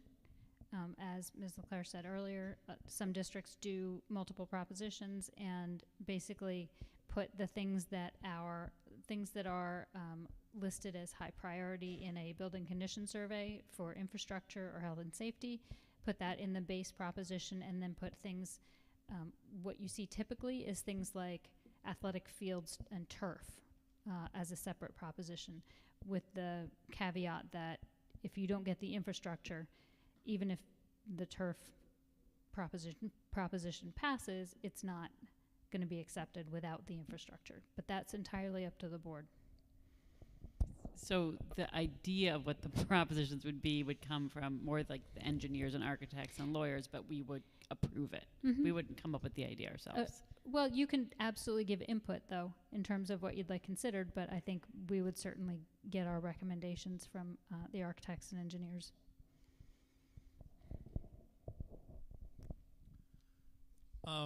The serial long-term bonds, they typically run how long? 10, 15 years? 15, 20. 15, 20, okay. So, and they are callable after 5, so they could renegotiate the interest rate? That is a fiscal advisor's question. I know we have been able to prepay bonds. I just wanted to mention, a lot of times municipal bonds are not callable because they are non-taxable for the people who have purchased them. So if that absolutely is a question for fiscal advisors when they're creating the bonds, but that might impact your ability to get institutions to bid on them. Thank you. Great presentation, by the way. Thanks. Thank you. Any other questions? Trustee Jerome? I'm just looking at the timeline, and Trustee Mitchell-Morel, you asked about like when we would look at numbers, and it says here end of February, supply with detailed scope and estimated costs to be voted on, and then end of February, and then on March 4th, the final capital presentation to the BOE, and then on March 18th, the resolution. That seems super, to not be looking at numbers until like real estimated cost till, 4 days before it's going to be presented. Does that, and end of February, supply bond council with detail scope and estimated costs, I mean, I'm just like, oh boy, that's not very kind of long to study. Right. Well, again, I think the reason, we'll be talking with bond counsel throughout all of this, but I don't think I wanted to leave a little time for that final community forum. I mean, yes. I mean, that's my concern. Like, is the public going to have enough time to sit with these numbers, to really understand them, to really feel like, okay, this is a good thing, for us to support in terms of how it's going to impact. I mean, who here has done a capital project? I've done one with the Woodstock Library. Who's done a home improvement or a renovation? Do they come in on budget or on time? Well, we have to come in on budget. That's not an option. Okay. We're not allowed to spend more than is authorized. Okay. What about time? The time frame, that's all set out in the bid documents. Right, but right now we're dealing with delays with certain upgrades because of the SED, which I've heard, just being on the board for a year, can be a very, not always, doing things right on time. So again, okay, so budget, clearly, that's great. Yep. But in terms of timeline also 3 years to complete what we looked at, nuts and bolts, plus kind of rebuilding a school. There's questions there for me, you know? Yeah, absolutely. But also for the voters to consider whether they support it. They have from the middle of March until the end of May when they vote. So we're going to continue to communicate throughout that time and answer questions, so that process will continue for sure. Okay. The March date is for the board to adopt the resolution. Okay. I'm going to stop with that, and we'll do another round. Trustee Knutson? Okay, I have just some quickies, so I may do more than two, okay, but they're really fast. These are muni bonds, which, as you said, the people who buy them don't pay any. They're triple tax free for the people. Does that mean we get a lower? You know, they typically pay less interest to the people who purchase them. Does that mean we're also paying a below market interest rate? It all depends on the market and when they go out on the. I got something to add. It also depends on our bond rating, and we have a wonderful bond rating. Oh, good. Because we have no debt and we have savings. Quick question, bands versus the longer bond, is there a curve between those? Is there, in other words, is the rate better on short-term bands than on long-term? No, it's usually better on long-term. Better on long-term. Okay. And my last question is, they recalculate our maximum cost allowance every 5 years. Do you know where we are in that cycle right now? Like, when was the last time that was set? I think this is So relatively that's new. good for the next 5 years or so, because 4 we or 5 haven't years? done a lot of projects. So. Okay, great. Thank you. And I think the maximum cost allowance was created not necessarily for districts like Onteora, who have a 31% aid ratio and don't do a lot of capital projects, but for those districts that have a 95% aid ratio and can get a lot of projects approved by their voters frequently. Sarah? Thank you. Just following on the question about, the timeline and the number of propositions that you're recommending. At what point, and potentially this is a question for you, Trustee Bishop, but what's the schedule for us to think about that process in terms of, the strategy behind, for example, a May vote versus a November vote, or the number of propositions as you've outlined? There's some advantages to splitting them up over having one. Just curious when we should anticipate that conversation, or if we should just start to be having that ourselves as a board. I think the May vote, the board already gave us as a timeline. But in terms of the propositions, we can start having those conversations at each meeting if you want to just start kind of comparing your philosophical ideas about how to package things, and that can only help us and inform what we're doing at the same time. Thank you. Trustee Goodrich? So I'd like to talk a little bit about what we're not doing. So just to clarify this, I think everybody here at the board understands this, but I just want to clarify it for the public. So we're not going to increase the classroom size or the section size for K through 3. We have a policy for that, or regulation? Regulation. So. Correct. Correct. Okay, so classroom size not increasing. You mean number of students in the classroom? Another students per. And we have guidelines. Will remain within board the approved. guidelines. Correct. Yep. So the other thing is we're not planning on busing K through 5 elementary kids on buses with middle school or high school, correct? No. One of the reasons being that it would require one short bus run a day, and it's not cost effective for transportation companies to bid on that. It would mean a driver would only be working 3 hours a day. And then it's already hard enough to find bus drivers. Good. Trustee Knutson? Yes, this is jumping ahead a little bit in our agenda, but I just wanted to make a little report because it relates to some of the questions that are being asked. that the construction, this is from the facilities committee meeting from the other day, but the construction, it's all right if I talk about this?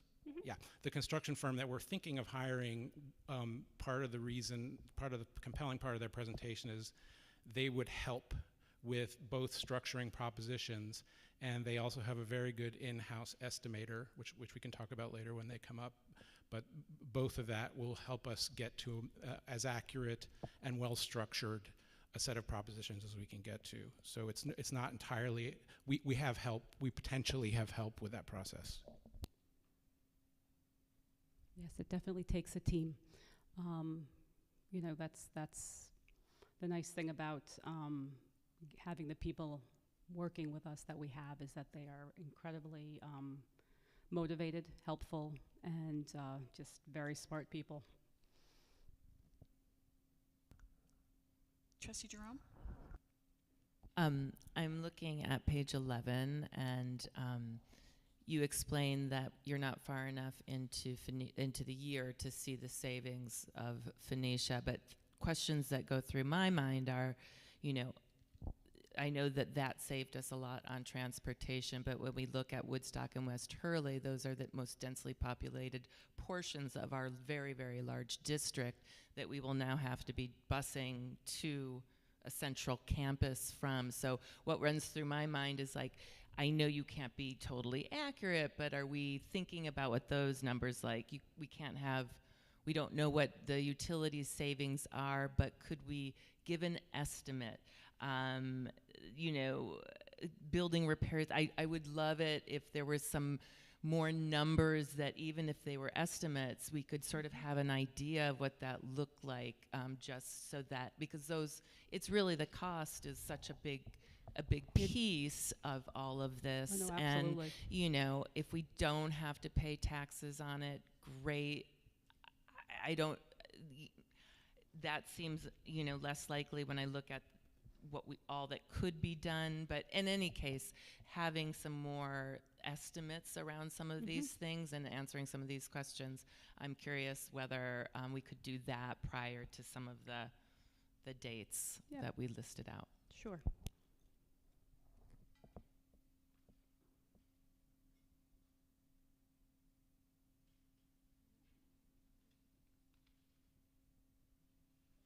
Great. Thank you so much for the presentation. Thank you, trustees, for the excellent questions. To be continued, I'm sure. And as Victoria said, we are all, whoa. Oh, I guess John is doing that. Sorry, John. No, but as I said, our door is always open, and seriously, if you have anything any questions that you have, much rather you call us and ask us right away than say, you know, what was that thing we talked about the other day? I already forgot, because I say that to myself all the time. Before we introduce Assistant Superintendent Laffin, I just want to ask the board if you know questions that you're going to ask at the next meeting. It is helpful to email the superintendent or the assistant superintendents, but I'm asking that we don't do email conversations and like kind of responding back and forth and kind of chiming in. That really needs to happen at the table.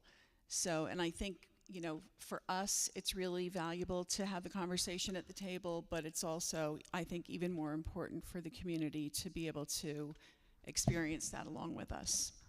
Yes, I have to say, I appreciated you sending those questions in advance, Emily, because another part of my problem is that, you know, I've done this a long time, and what seems to me is like, oh yeah, like it's easy. Like when you sent the questions, I'm like, oh yeah, didn't think about that. So I appreciate that. Great. They're, I mean, really great questions. Go ahead. Yeah, and I totally understand that you're very fluent in this, which is great, but I do sometimes find it hard to understand. And on that same note, I think it's great to have the superintendent, because she talks more like a layman sometimes about this stuff. And it's like you say something and then she says it another way, and I'm like, oh, okay, like it can get confusing. And it's good to have a regular person up there. A regular person. Okay. All right. Thank you so much, ladies. And so now we're going to move on to item 4.02. Assistant Superintendent for Curriculum and Instruction, Stephanie Laffin, will present the New York State Assessment Summary for grades 3 through 8.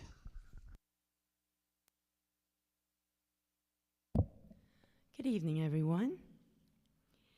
So I have the opportunity to speak with you about our New York State assessment scores from the spring of last year.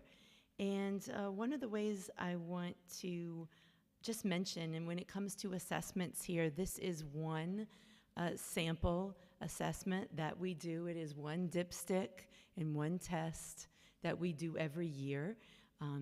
It is a formal test that is standardized and that we can compare year to year, so it's a good test for us to take a look at and dig into. We do many other types of assessments here, and when it comes to looking at what our students know and what they can do, this is just one part of the kind of puzzle that we use to think about how we can support students. So I just wanted to frame that before we get started.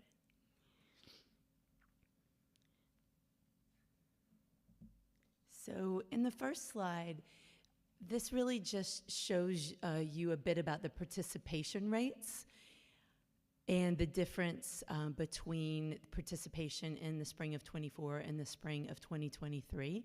Generally, you see participation rates growing. You can also see participation rates for our science assessment that was given in grades 5 and 8 this year. We had a substantial jump in participation rates from the spring of 2022, between 2022 and 2023. So the more robust participation in each grade, the better, because we have a better idea of what's going on across the grade bands. This chart is, I want to speak a little bit about when it comes to performance by cohort. So what you see here is proficiency rates measured, students who made between levels 3 and 4. So we are comparing proficiency rates from the 22-23 year to the 23-24 year. One thing I want to clarify, this is not comparing students who were in grade 4 in 2022 to students who were in grade 4 in 2023. This is watching the students progress by grade. For example, you'll notice that for third graders, the percent we had proficient at 50%, it's not applicable for the prior year because they do not take a state assessment in grade 2. So when you look at this chart, we are talking about in grade 4, you will see their performance the prior year in grade 3 at 54.2%.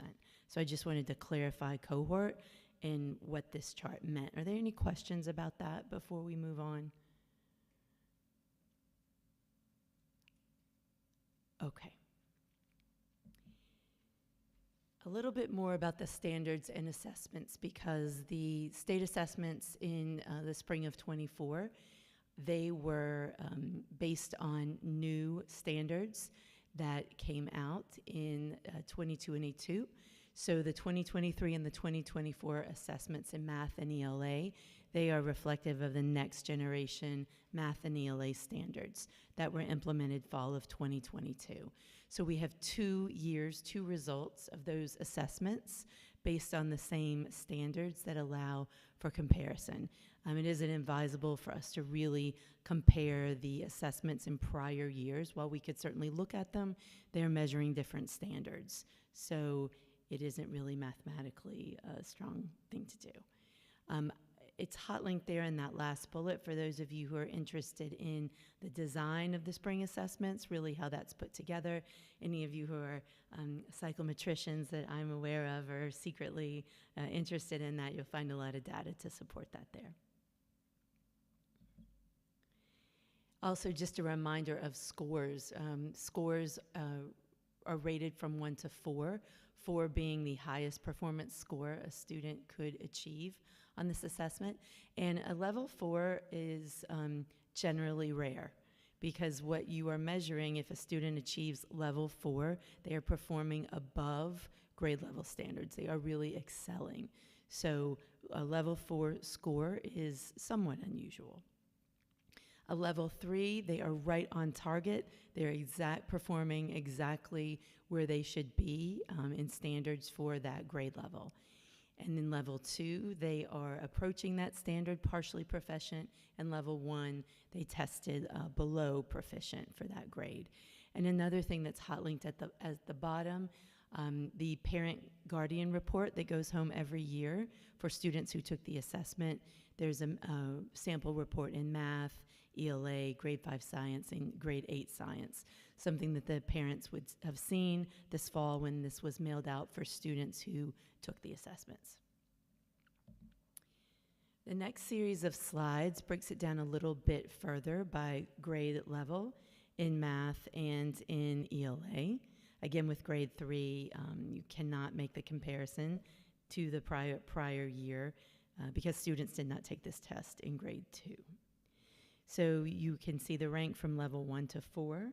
And proficiency is considered level 3s and 4s combined. So later on, when we look at rate of proficiency, we're looking at for students that scored level 3 and 4 combined.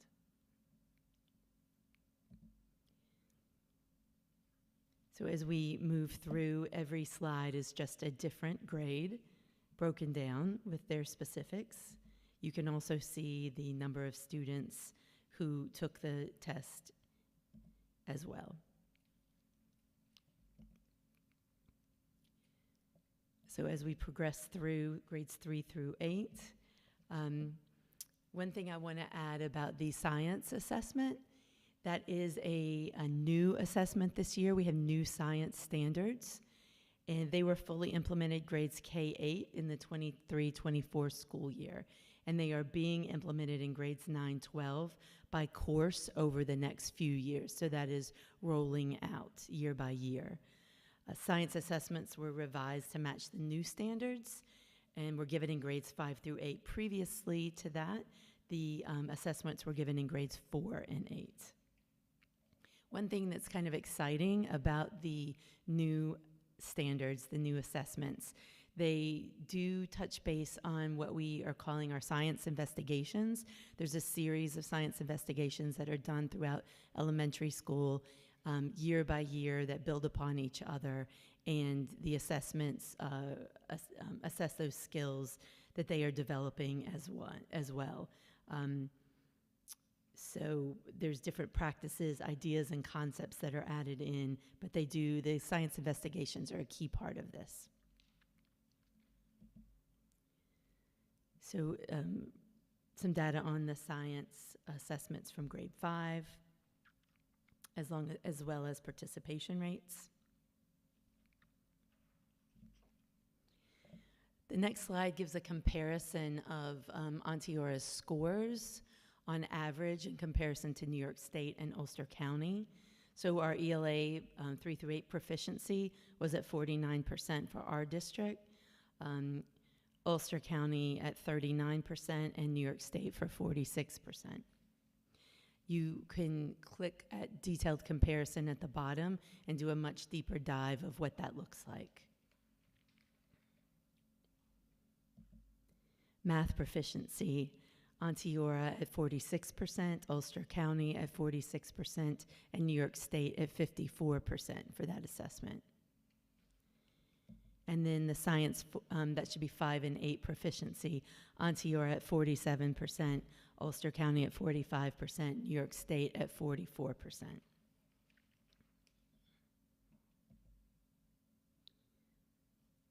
So obviously you can see from the data that our proficiency is not where we want it to be.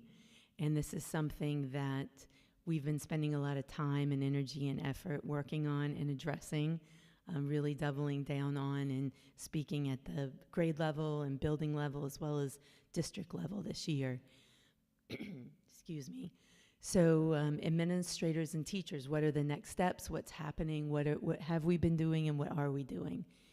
Continuing to analyze the data to see what can we learn about the need to refine our instructional strategies as we continue strengthening the implementation of a revised literacy and math curricula. You may recall from my presentation last year on the science of reading, we have revised our curricula for literacy at the K-5 level, and we have a new math curriculum.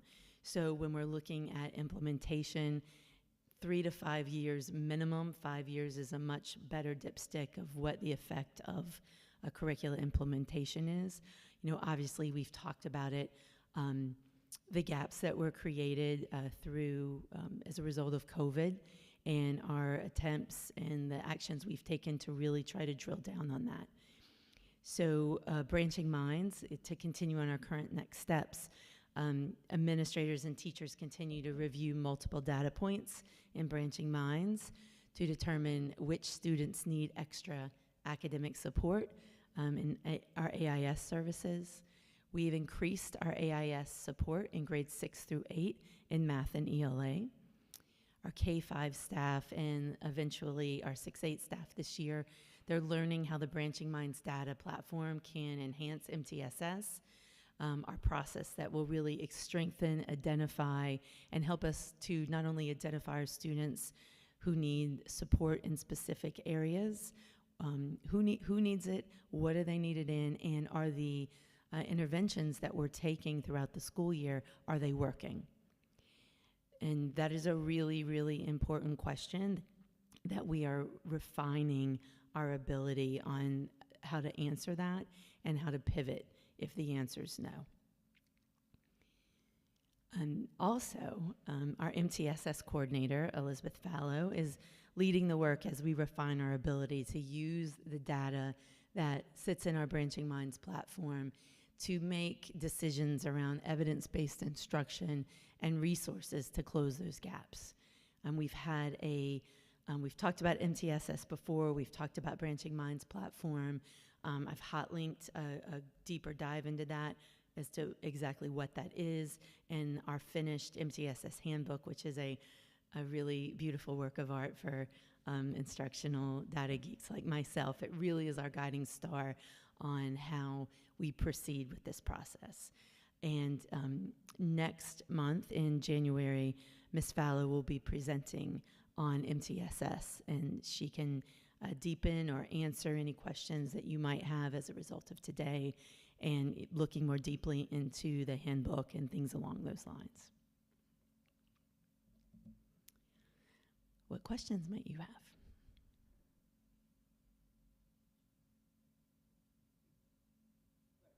Oh, sorry. Trustee Goodrich.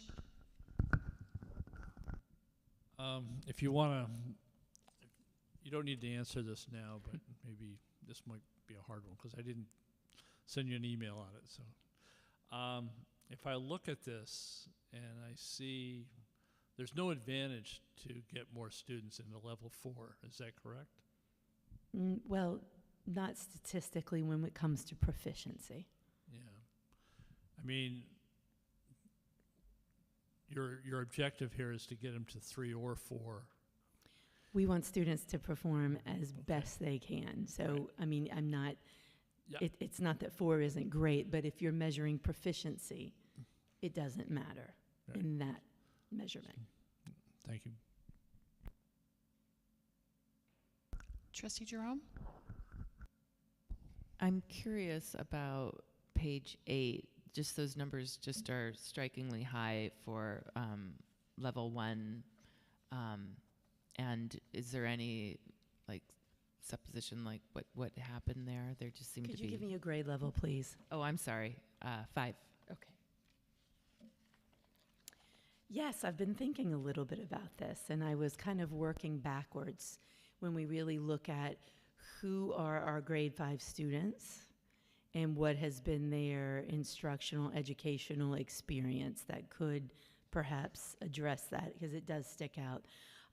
One thing I think it's important to realize with grade 5, our grade 5 students were in first grade, the 1920 school year, so the year that COVID really struck us.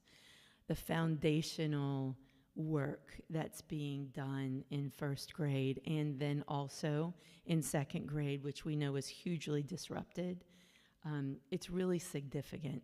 So, you know, my hunch is that when you would trace back, I haven't done this specifically, but when you trace back the specific standards that they're struggling with, which we can do and do when we look at the assessments, when you look at the particular foundational times and years, that might be significant.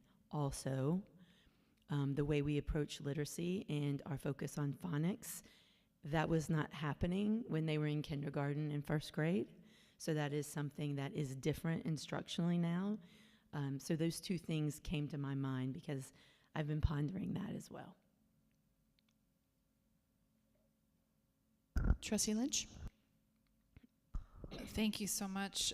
Curious, as you said, looking now, what do we do about this? I really appreciate your approach, and I was just wondering what metrics you're thinking about using to better understand if some of these interventions are working. Excuse me. So we have different interventions that go on both in the classroom, where classroom teachers pull small groups and work on specific skills and measure that in the classroom. We also have interventions where our AIS teachers, our reading teachers, our math AIS teachers either push in or pull students out where they're looking at those, working with those students specifically. This year we have implemented progress monitoring tools. Specifically, we're using AimsWeb that we've added this year. Again, something that's statistically normed and where we're really looking at research-based interventions when it comes to what we might do to intervene. So we have a really tighter line on what we're doing, how long we're doing it, and is it working? So again, I would just say refining the process. We've also given teachers different tools to measure that.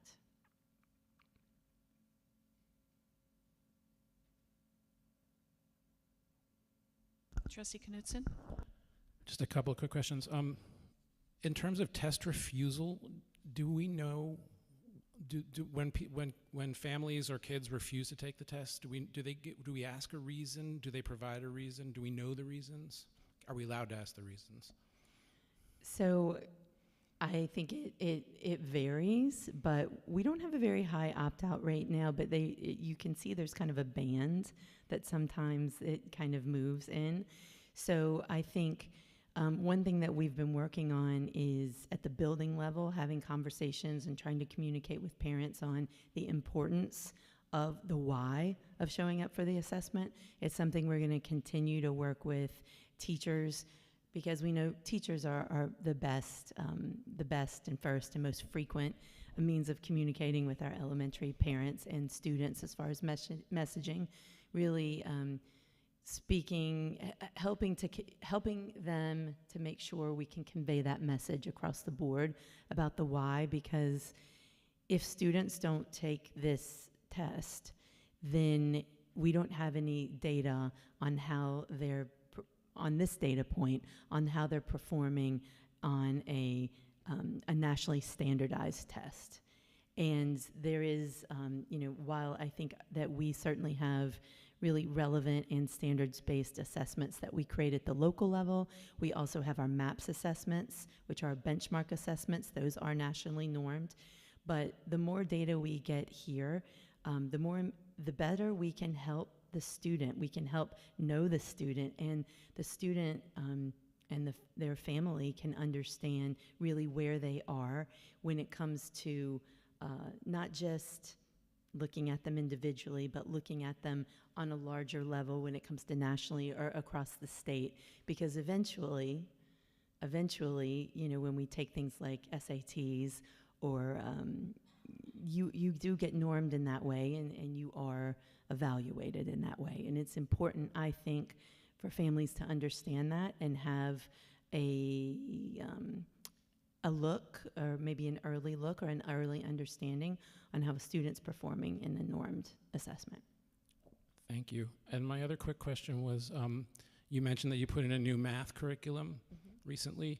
Does changing the curriculum typically correlate to a dip in test scores the next year? And you also said you're refining instructional strategies. Is that in the form of PD, or what is that? So this is really our second year of actual deep implementation. I would say go one year back and we did have some teachers that were kind of getting into things, rolling up their sleeves, trying something out. But I would say this is really our second year of full implementation. So any type of switch could account for, a dip, a rise, obviously, but the professional development piece. In fact, the most recent superintendent's conference day, K through 5, we had full day illustrative mathematics. We're in working with our teachers.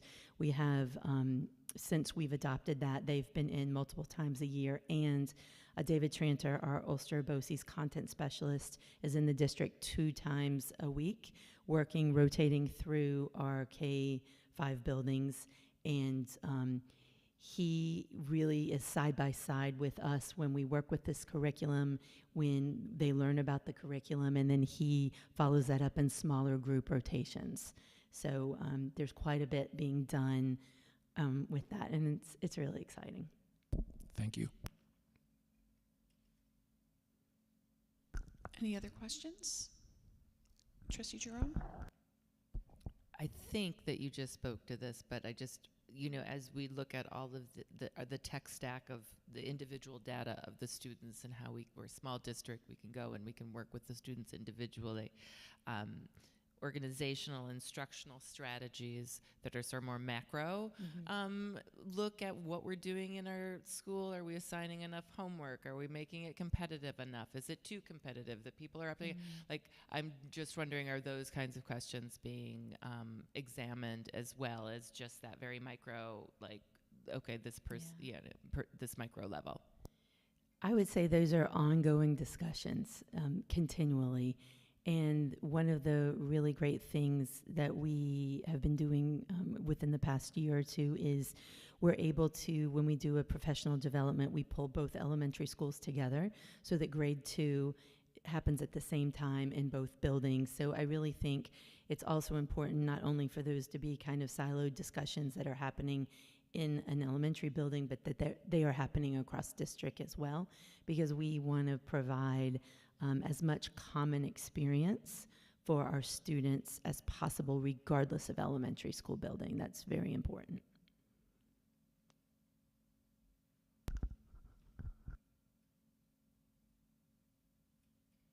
Any other questions? All right, thank you so much. Thank you very much. All right, on to item 5.01.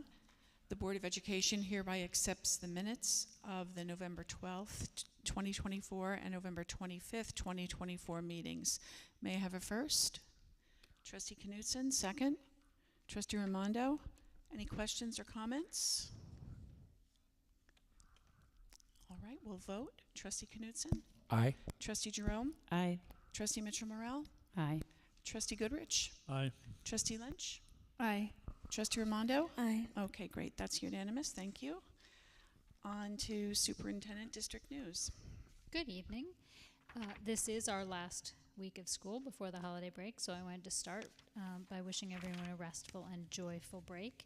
This has been a busy year so far, and it will likely only get busier as we move into the second half of our school year, so please rest up. As we mentioned earlier, we've already hosted one community forum. We're preparing for the second community forum that will be held on January 15th. All of these will be held in the middle high school cafeteria. I did send out an email with the information, and the RSVP is up on the Optimizing Ontario webpage. We will, following break, be posting an item on the front page of the website and also have social media posts. I wanted to wait until after the break so it didn't kind of get lost in all of the holiday celebrations, and when we get back, people can kind of reclock that and put it on their calendars. Please remember that although we would like for participants to RSVP so that we can have the appropriate number of tables and chairs set up, Please know that if you realize at the last minute that you can attend and you haven't RSVP'd, do not hesitate to join us. We want to ensure that everyone knows that they are invited and welcome, regardless of whether they have RSVP'd. This is the season of holiday concerts. Unfortunately for our music faculty, both the middle school and high school concerts were last week, back to back, but they did an incredible job, and our students really performed incredibly well. Our Bennett concert will be tomorrow night. Our musicians continue to shine, and every concert is worth attending. The middle high school concerts were recorded and are available to be watched on our YouTube channel if you were unable to attend and would still like the pleasure of seeing those performances. We were happy last week to also be able to host the Town of Olive for their Boyceville Buyout Properties Community Workshop. We appreciate being a partner with the Town of Olive in this process, and although I could only attend for about half of the workshop, it is a really wonderful initiative, and it appears that there are a lot of ideas that are being considered that would integrate these properties into the town and create lovely spaces that would be available and enjoyed by many. This presentation that was shared here in our cafeteria is also available online through the town. And I'm going to apologize now because I have about 2.5 pages of information about foundation aid formula study that was done by the Rockefeller Institute. So I'm going to give a little Cliff Notes version of this lovely report that is available online. So I'm just prepping you for that. So the purpose and origins of the foundation aid formula is it was established in 2007 to address the educational inequities that were highlighted in legal cases, such as the Campaign for Fiscal Equity. And it was also designed to consolidate multiple funding streams into a formula that adjusts for district wealth, student need, and local capacity. And it really did consolidate. Our state aid runs used to have so many more different aid categories, and it was much more complex, and this did simplify it. But the New York State Constitution mandates a sound basic education for all students, and that Campaign for Fiscal Equity really underscored the state's obligation to provide equitable educational funding, and the foundation was kind of the response to that. The initial design was based on a successful school districts model, which used performance benchmarks to determine adequate funding levels. It included, oddly, an efficiency filter, which would exclude high spending districts from the calculation. So first, the state identified a pool of districts that were determined to be successful based on performance, but then divided that pool in half by the per pupil spending amount and eliminated the top half to create their foundation aid. So that already put us all behind the 8 ball. So in the foundation aid Rockefeller report, the challenges that were identified were data accuracy and relevance, because most of the metrics used in the formula at this point are outdated. They fail to reflect the current poverty levels, demographic shifts, and inflation rates. The formula is really overly complex, and it makes it very difficult for districts to plan, unless, of course, you're on Save Harmless.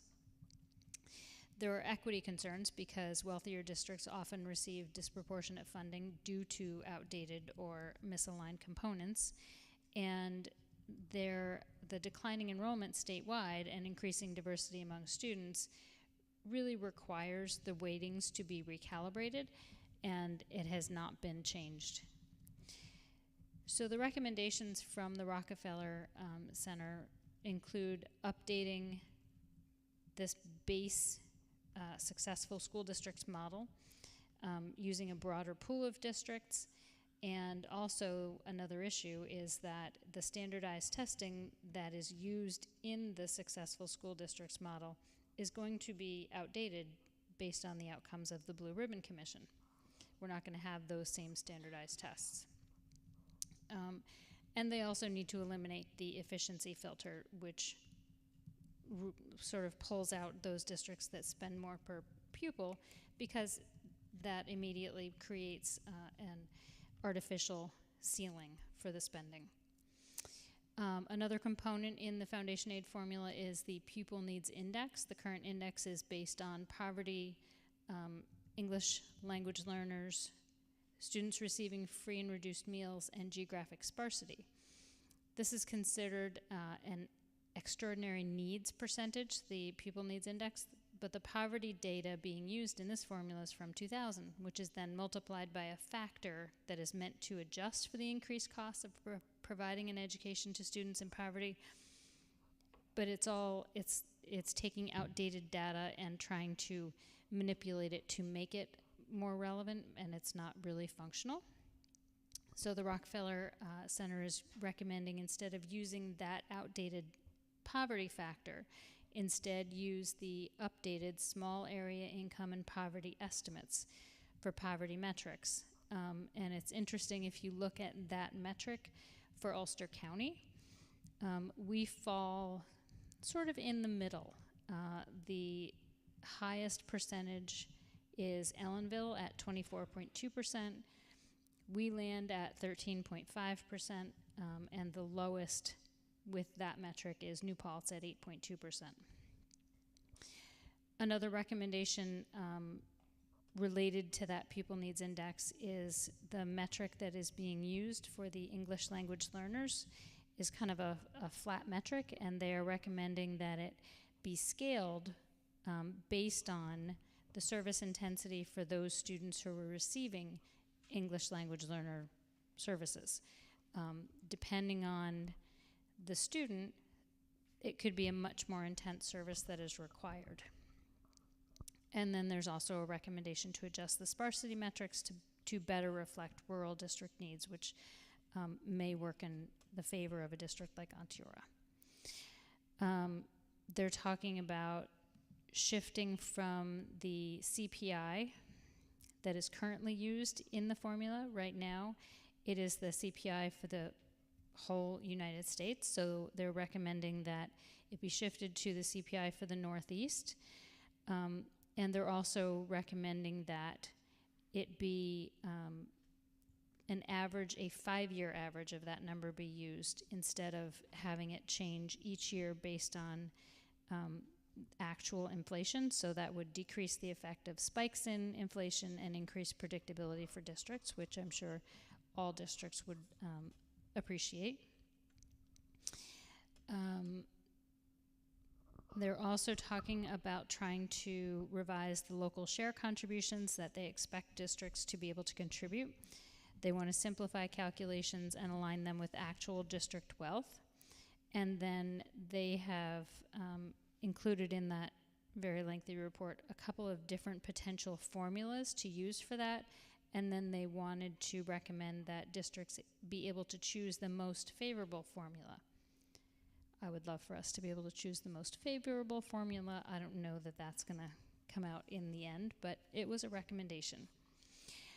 The report does also recommend phasing out the Save Harmless provisions, which is what has kept our funding stable and at the level that it's at for a number of years. The recommendation, although, is at least much more kind than what the governor was recommending last year. Last year, the governor proposed reducing the Save Harmless provision by 50% this year and the other 50% next year, whereas this report recommends phasing out at least 50% of the Save Harmless over 5 years as the foundation aid formula reforms are being made, so that it would be a much more gradual and predictable phase out for us. And then, of course, they want to redirect the savings to underfunded districts with growing populations, which, unfortunately, I don't believe we are in that category. Another recommendation towards the end of the report is to allow districts to retain larger unspent fund balances. So right now, by law, as we mentioned in our capital projects presentation, districts are allowed to maintain 4% unappropriated fund balance. So that's 4% of the next year's budget can be maintained for those emergency situations that are not anticipated. 4% for a lot of districts is not a lot of money when you look at what could happen. So the recommendation would be to increase that by 6% to a maximum of 10%. Something that I see as a concern is that in the recommendations, they use the word reserve and fund balances as if it were the same thing, and they are not the same thing. We have reserves that are legally allowed and created for very specific purposes. Unappropriated fund balance is the actual complete opposite of a reserve account. So I'm not sure how that recommendation is going to play out in the end. The report actually went beyond foundation aid specifically and made a couple of other recommendations which were really interesting and at the very end. And they include providing additional funding for the increased mental health supports that are being provided by school districts, which would be wonderful, as well as a recommendation for New York State to fully fund the transition to electric vehicles for all school districts, which I thought was a lovely recommendation, but very oddly appended to the end of this report on foundation aid. But I'll take it. And that's all I have, because I didn't want to talk for more than that. Thank you so much. Any questions for the superintendent? I think we'll have to digest some of that before we have any questions. Trustee Jerome? It's not really a question, but just to sort of like recap that foundation aid is a significant part of our school budget every year, and that last year there was a imminent threat that it would be removed that would really have caused wrought havoc on our district, and that these are recommendations about how to phase it out, but it does still look like it will be phased out, and so it just impacts the district in that way. That's sort of the real cliff notes on the matter. I agree. I think the real cliff note is it was a crisis situation potentially with the governor's budget last year, and now it is a situation that we will have hopefully time to plan for and address as we move forward, if the recommended actions are put into place. I mean, these are just recommendations, and it could be implemented in a completely different way. But I would hope that since the state spent $1 million in getting this report done, that they would at least take into account some of these. Oh, the other thing to note is that all of these recommendations were made almost independently in the report. The gentleman who ran this study made it very clear that although he may have an idea of how each of these recommendations individually would impact a district, and there are a lot of tables at the end that show some of the changes that would happen were the recommendations to be adopted, he never put them all together to say, if everything that I've recommended happens to the foundation aid formula, this is what the outcome would be. So it's a very interesting way to approach it. Trustee Knudsen? Yeah, and I just wanted to quickly just interject that if you watched any of the public hearings that the Rockefeller group had, they were very upfront about saying, you know, we are going to issue this report. It has absolutely no force behind it, you know, and that what gets enacted and what doesn't get enacted will be decided in the push and pull of Albany politics, as it always is. So, but you know, as you said, obviously they commissioned the report for a reason, and you know, this is out there, and it should be paid attention to, but in the end, it's going to be the legislative process.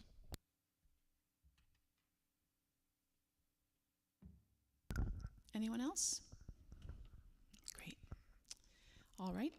Board district news. Does the board have any news to report? Trustee Jerome. I went to great concerts I went to the middle school concert last week, and I couldn't believe how many children were on stage taking part in these programs, I actually kind of want to know like what the percentage out of the class. The stage was packed. This theater, which looks so big right now, was literally every seat was filled. It was really, really incredible and heartening, and I always have to give a big cheer for that. And then I also just wanted to quickly say that with these visioning sessions, they're excellent. They're an excellent way to familiarize yourself with what we're talking about. So please come. And that was it. Thank you. Anyone else? I will just tag on to what you said. I came to the middle school and the high school concerts last week. They were amazing. They were both really, really great. We have such talented students and staff. You know, lots of support staff here, teachers helping out, keeping things under control. Really great. And I wanted to share with the community that the board had a very successful retreat last week. We worked hard all day and made a lot of progress, I think. We had our retreat off campus this time at Oliver's at is it the Howland House? It was lovely, and we really accomplished a lot. Oh, there was something else. I'll think of it 5 minutes from now. Anyone else? All right. Okay. We'd also like to congratulate this year's recipient of the Ulster County School Board Association's Distinguished Friends of Education Award, Christina Signor. Trustee Lynch?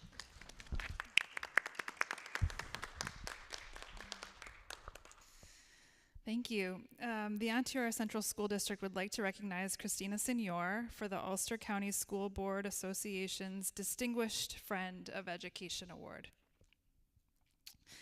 When I first met Christina, we were sitting at little tables in the Phoenicia Elementary School's library for a PTA meeting. She was hosting her first meeting as president, newly elected. Her bright smile greeted us all, and it was instantly very clear she was not new at all. She knew most everyone by first name, and she felt back at home. She had already served as PTA president when her two older children were in the school, and she returned to serve when her youngest son, Ashton, entered kindergarten. She brought all of her experience, but she also brought food with a beautiful salad and matching bowls, and made a makeshift buffet, placing a lovely tablecloth and a vase with fresh flowers over an unused book cart. She encouraged us all to enjoy it, acknowledging it might be the only night out for some of us that month. She arranged for childcare in the gym. She thanked us for coming and offered the principal opening remarks, but then was quick to assure us that the rest of the time was meant to be our meeting. She was there to take our ideas forward and to ensure that we make our beloved little school as sweet and fun for the kids that it could be. And that's exactly what she repeated often. It was a beloved school, and she made it sweet and fun for all the kids. Phoenicia's traditions were kept alive and made richer every year Christina was involved. Her aunts and her uncle went to Phoenicia, and her mother attended school in the Mount Tremper Firehouse before Phoenicia was built. Christina herself graduated from Monteora in 2001 and went on to Sacred Heart University, where she met her husband Mark, working together at a student travel company. Christy did 2 years at Sacred Heart and then transferred to Pear College of Art, where she graduated with a degree in graphic design. They stayed in Connecticut, and she worked as a marketing executive at Blue Buffalo. In 2014, they returned to Mount Tremper, New York, so her firstborn son, Jude, could go to Phoenicia. They moved into her grandparents' property after they had passed, just next to her parents. The community was so important to her. Her sisters, her parents, and extended family got their big sister back, and so did Onteora. She brought the sweet and fun to every single child and teacher in that school. A school with elevated poverty rates, she helped the administration make every kid feel special when they walked in. She's the beautiful bright light who rolled in the hot cocoa and popcorn for a surprise movie day, or created a pumpkin patch for a fall festival, literally. She organized a local farm to donate 142 pumpkins and placed them in the side yard of the school so every kid could have the experience of picking out pumpkins in October.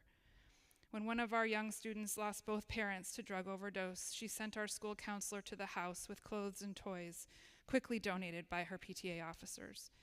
She organized square dances, talent shows, Valentine's parties, where every detail was considered, light shows and photo booths with cake pops and most creative snacks.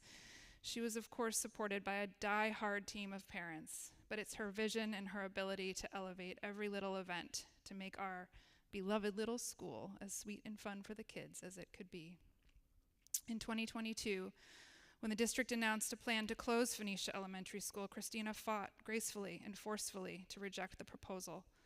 Her beloved school was the epitome of what we all value in community schools. But shrinking enrollment numbers and aging infrastructure forced the decision, and Phoenicia was facing its last year, in its 60th anniversary year. Christina was heartbroken, but undeterred for the kids. She organized a subcommittee of PTA and teachers to ensure the transition was appropriately mourned, but also wildly celebrated. Every kid got a t-shirt that read Phoenicia School, proud to be a part of it. She advocated to bring 3 artists to the school to support the kids in processing the transition through murals, theater, and dance. She and her PTA then pulled off a farewell fair with circus performers, face painting, a DJ, food trucks, live music, and tons of fun. Some of the first class of Phoenicia were in attendance, and teachers and friends from across the 60 years of this beloved school all came to share in the festivities. She had turned the cafeteria into a museum of photos from over the years, celebrating all that this community gained from this little school. In 2024, when the Phoenicia community moved to its neighboring school at Bennett Elementary, Christina was then elected to serve as the Bennett PTA president. She accepted with a co-president, as she was also named our high school booster club's fundraiser. Her dedication to the children of our district is unwavering. I know she does it with the help of many other strong mamas, a few wonderful dads, particularly Mark, and a cadre of older siblings, including Lila and Jude.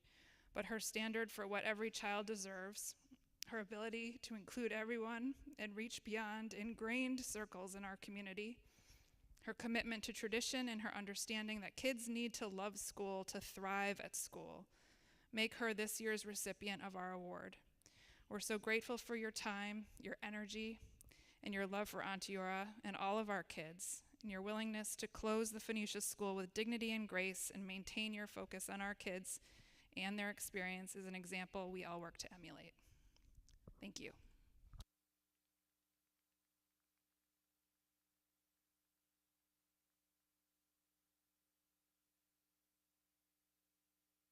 Thank you for reading that, Sarah, and for writing it. Excellent. All right. Finally, our student representative report.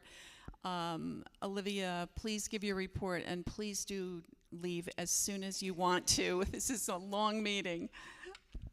It's really going to be difficult to follow after that speech. So some exciting news from Onteora. The Onteora school newspaper, The Talon, released their first issue this school year. The newspaper includes student opinions on the cell phone policy, club events such as the Beller Bash 5K, and a letter from the senior class president. I recommend taking a look. The middle school and high school had their annual winter concert. 2 high school musicians participated in All-State this year, and the middle school band recently traveled to the Capitol to perform. Additionally, the 5-week marking period has just recently passed, and winter sports are underway. And that's all. Great, thank you so much. All right. On to item 9.01. The board will acknowledge public be heard comments from our last meeting. The following folks spoke: Lori Madison, Heather Longyear, and Lindsay Shands. Is anyone? Oh, here we go.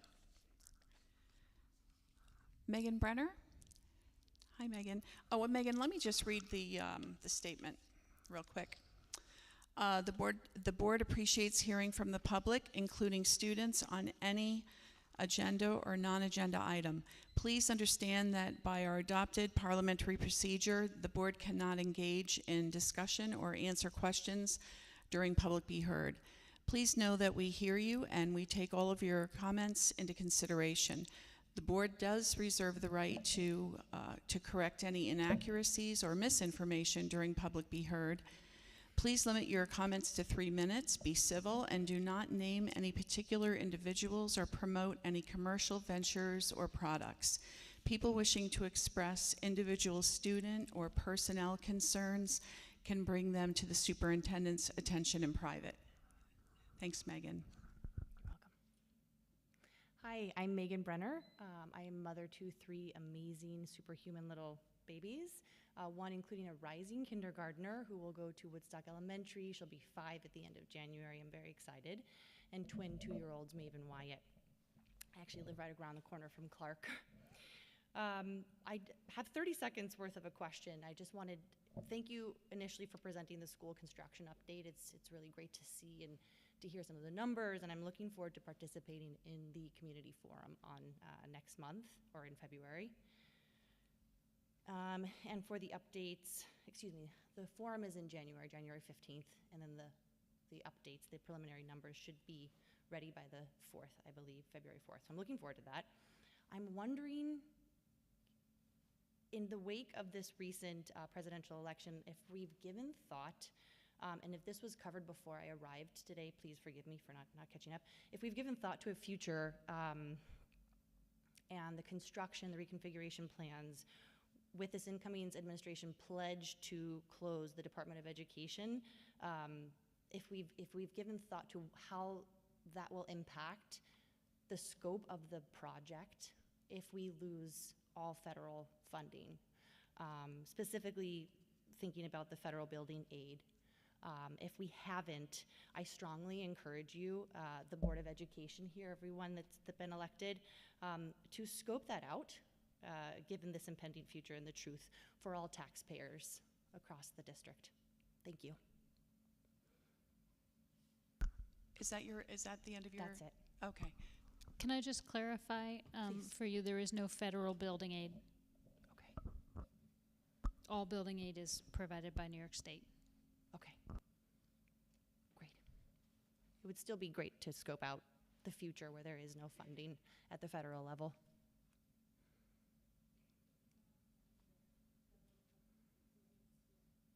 Yeah. Thank you. Thank you, Megan. Any other speakers?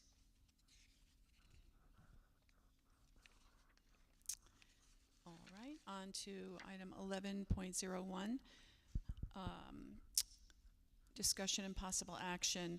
The Ontario Central School District Board of Education hereby agrees to participate in the process of regionalization with the understanding that all future activities will be voluntary and not mandated by New York State Education Department. May I have a first? Trustee Goodrich, second. Trustee Raimondo. Any questions or comments? Trustee Knutson? Oh, you were just waiting to vote? Okay. Aye. Any questions or comments? Okay. Trustee Knutson? Aye. Trustee Jerome? Aye. Trustee Mitchell-Morel? Trustee Goodrich? Aye. Trustee Lynch? Aye. Trustee Raimondo? Aye. All right, that's unanimous, thank you. Item 11.02 is discuss the school board the Board of Education, I'm going to call it the School Board of Education dashboard topics. And I've seen some emails about that with some suggestions. Who would like to begin the conversation?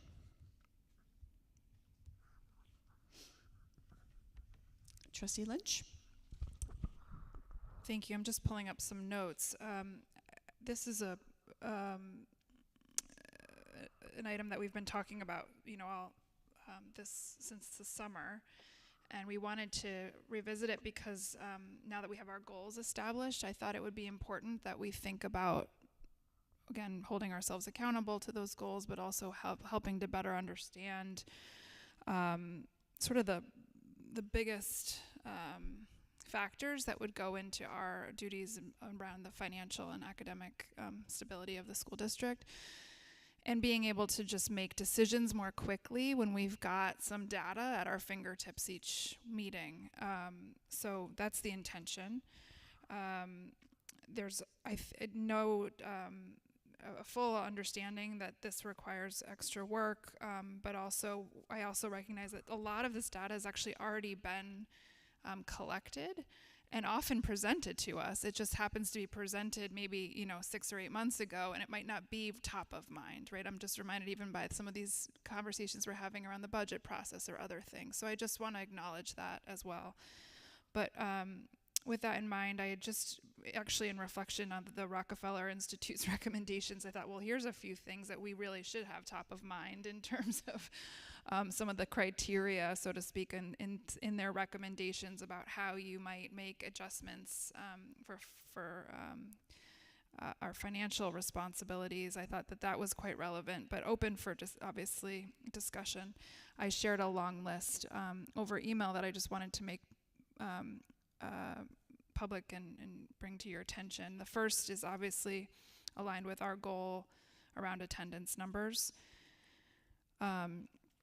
I know we've heard from the administration that the buildings actually keep this data differently. So I think it might help us to better understand how we saw tonight that the high school has this data for the last 10 years. Other buildings are not keeping the same data or in the same way potentially. So just having a clearer understanding of what our attendance numbers are would be helpful. A graduation rate, the number of AP classes offered. Again, some of this is just offered tonight, so that's helpful.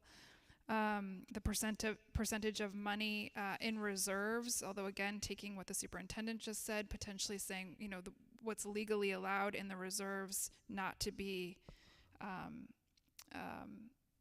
misconstrued with the fund balances, two different things. Having some clarity on that would be helpful. Number of students below the poverty line, or what they're calling the local income and property wealth threshold or ratio. The number of students in ENL, the number of students in special education, the number of students on waiting lists for mental health services. Some of these, again, would just help us understand the costs for educating our students and keeping those numbers in mind. And then, again, relevant to tonight's discussion was the pass rate for levels like the level 3 and 4s on the state English language and art on the state's ELA and math exams in grades 3 through 8. Those were just a few suggestions. Thanks. I was wondering, for the attendance data that you're looking for, do you have a sense of what you'd like to see? I know our high school principal just presented average daily attendance, which is, I know we had the discussion a few months ago. Attendance is different from chronic absenteeism. Do you have a sense of which? Right, and the definition has changed of absenteeism too. So just, correct. I wanted to be more, I was, and correct me if I'm wrong, but I'd like us to be prepared to understand the current definitions of absenteeism. I think that's what's most important, rather than the numbers that we used to look at, which had more of the 10% rates around absenteeism, because that seemed to be flawed. It could be a medical issue or other issues. We really want to understand our own absentee rates.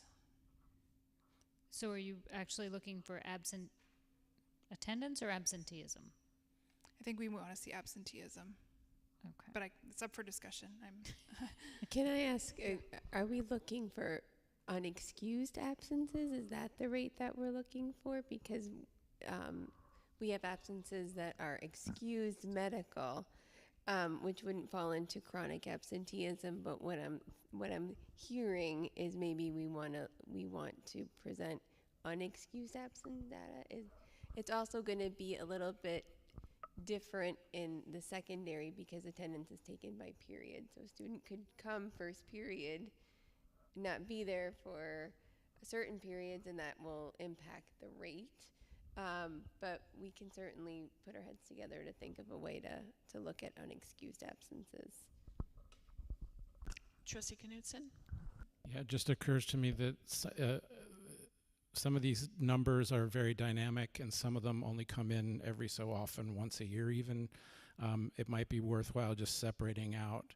And I don't think speaking for myself only, sorry, I won't say that. Speaking for myself, I would not be monitoring attendance, absenteeism on a daily or probably even weekly basis, but, it would be interesting probably on a monthly basis to know what the change is from the previous month. I think we have to find a balance of, when has enough time passed that we can make some meaning out of whatever the change is, and what's not onerous for the administration. And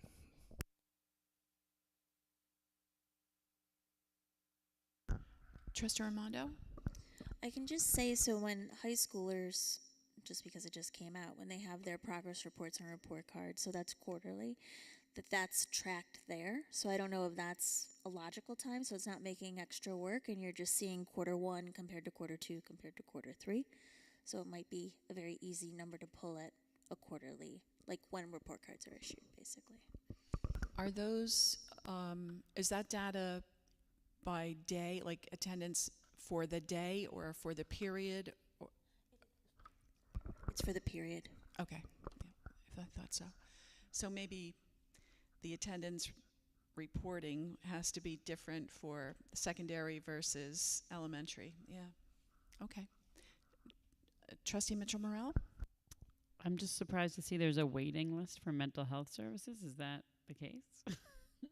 Just because they're just keeping, we have so few students, so it's just not enough staff, or I'm just curious So about I can respond to that. There is no waiting list for any students in our building seeking mental health support from any staff in our building. Where we do have a bit of, I think maybe 2 students on a waiting list is for our Aster clinician, which is our community-based mental health support. But if there is a student that is in need of any mental health support in our district, we are progressively staffed in mental health, and we will provide whatever support we can to help that student. Trustee Lynch? Thank you for that. And sorry, just to clarify, we made an investment in the Aster services as a board. We support that added service. And so I think it's just helpful for us to know, how is it being utilized? Is there a waiting list? Is there demand for more services? That's what the metric might be helping us to understand. That's what I was hoping. Yeah. I can readily provide, because I get reports from Aster every month, their clinical hours, the amount of referrals, and certainly can provide input to wait lists. I believe when my last checked in, which was about last week, they had 2 people, but they anticipated there would be no wait list as things were moving around. So I think we can probably say there is not a wait list for any mental health service currently that we know of right now. Great. I think some of these data points, for instance, the ELA and math proficiency rate, I mean, that's going to be an annual. The graduation's going to be annual. The number of AP classes is going to be an annual. Our unappropriated fund balance is actually done every year when we close the books. That's a one-time annual. Our reserves are done annually. In terms of the way I think it was requested, the number of students below the poverty line or the local income and property wealth threshold, I'm not sure which data to provide. We can provide the economically disadvantaged percentage, which is off of our New York State school report card. We can provide the K through 6 free and reduced price meal eligible percentage of students, or that data point that is in the foundation foundation aid report, the where is it? Small area income and poverty estimates, which I think is more current, but I'm not sure it's a relevant number individually. So our economically disadvantaged percentage is 44%. Our K-6 free and reduced price meal eligible percentage is 48%, but the small area income and poverty estimates is 13.5%. Taken in isolation, I don't know what that. Yeah, I don't know what the relevance of those data points are, but I'm happy to provide any of them, but they are also, I think, an annual number.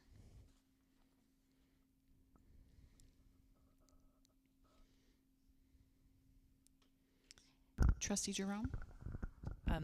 Just around engagement, student engagement, like ELA and math scores that like we reviewed tonight, that makes sense. I'm also, again, interested in students participating in our sports and music programs, just because it is such a big draw for the district. We do have such an active student population. I don't know specifically. It could be, what we're offering. It could be how many students are participating. But I think that those would be very valuable alongside the academic performance. Oh, and then I also had one more around funding. Financials, which was just, I do think that how much this district depends on federal funding versus state funding versus local taxes. That's of interest to me, especially when two of those things are under threat. So that would be another suggestion. Trustee Knutson? Sorry, I thought of one more from tonight. Device infraction referrals. I thought that was very interesting. Lance gave us the month by month, and since that is a new policy and it's one of interest to me, I would love to see if that stays at 2 this month or goes up, or how it's doing the rest of the year.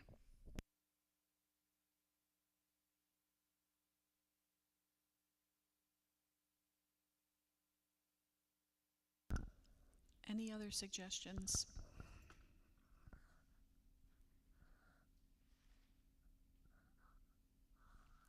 All right. Let's see. So that was just a discussion, right? We're not, okay, great. All right, moving on to item 11.03, the discussion of adding an additional school resource officer. Would you like to start that conversation? Sure, I'd be Thank happy you. to.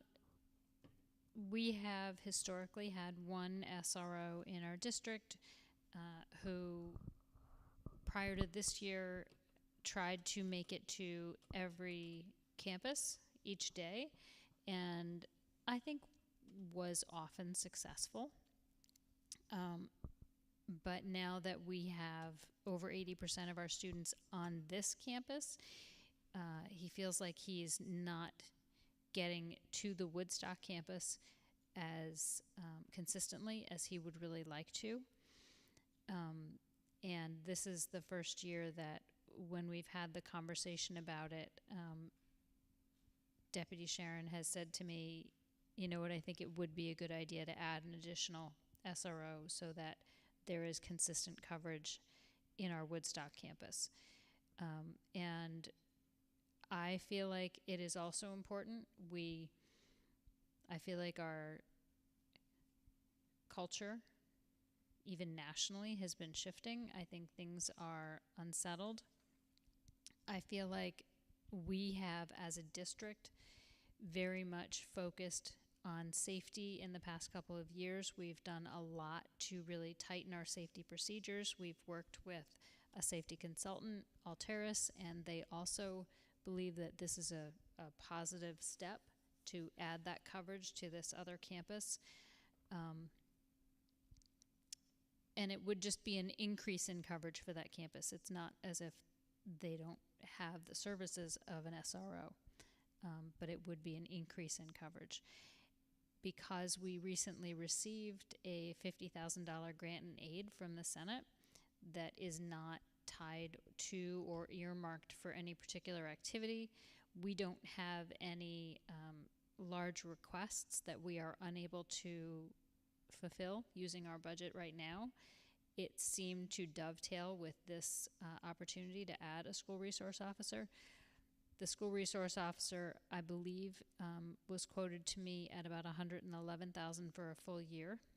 So we would not have, we'll be lucky if we have a half a year by the time we get through the contract process with the county. It would be my recommendation to go ahead and add an additional SRO so that we have full-time coverage in that building. I think part of the reason we have felt comfortable having not as much coverage in the past is that there is a small police force in Woodstock. But the more that we focus on security and knowing that that police force is small, they don't often have many officers on, and if they are somewhere that is not nearby the school, if there's an emergency, they're not going to be able to get there in time to make a positive difference in a situation. So I would like to recommend the addition of a school resource officer, at least until we are on a central campus. That's my recommendation, and I'm happy to have additional discussion. Trustee Mitchell-Morrell? I support this, but I do have a question. What is it?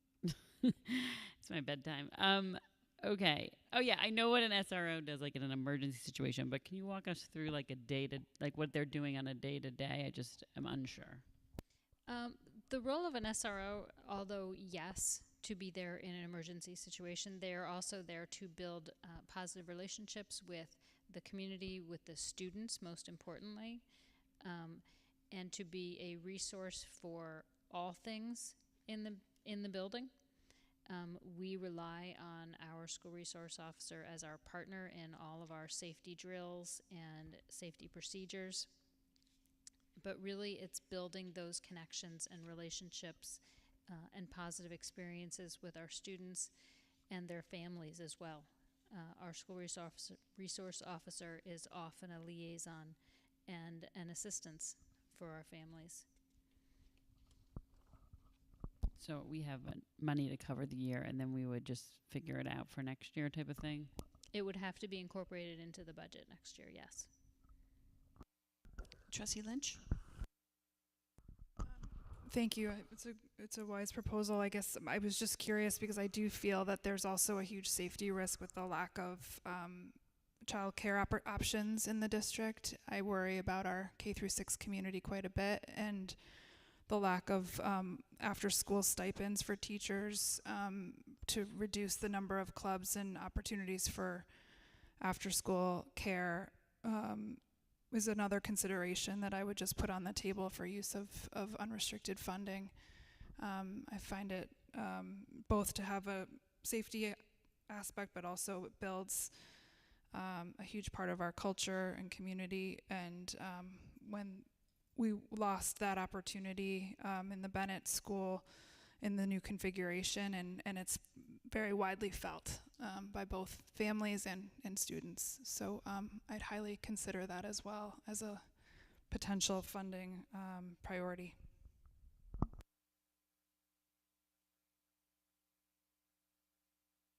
Trustee Jerome? I support that, Trustee Lynch. And that was my question, I guess.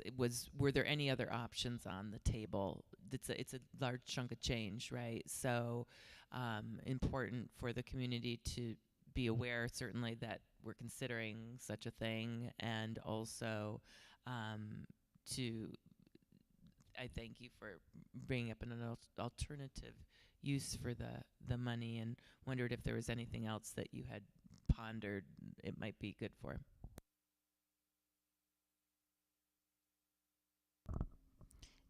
I had not considered something else for it. I feel like the safety is our absolute bedrock cornerstone, and we have the opportunity to really improve that, and that's been recommended to us. So that was what I was considering. Trustee Knutson? Yeah, I've been thinking about this, and my feeling is that I do support the SRO. I kind of wish I didn't have to, and my thought process is I'm really mainly concerned that we're going to kind of an unknown, really in all of our lifetimes, possible change in the tenor of civil society in this country, based on what is promised to be done by the incoming administration, and they are proposing to do things domestically that we just have not seen in our lifetimes, and if civil society does experience major disruptions, which is possible, it's not. I'm not trying to be alarmist, and I'm not trying to say it's going to happen, but it could happen. I think putting someone whose full-time job it is to sort of think about the safety of the Woodstock campus will enable perhaps the faculty and administration that's in that building to worry a little bit less about that and focus on the kids and teaching during the day. And it seems like a very sensible thing to do at this point when we don't know what the next year and the year after that are going to look like. And I wish I didn't have to say that.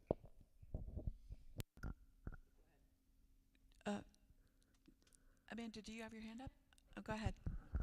I just want to say, as the assistant superintendent who's worked very closely with Deputy Sharon in looking at our safety initiatives, we are a leader in this region in terms of the initiatives that we have undergone and the training in terms of looking at threat assessment. And it is daily, if not multiple times a day, that I am getting alerts on my email that there's a cyber threat or a swatting phone call that are coming closer and closer to home, to the districts very near and neighboring to us, intruders coming in.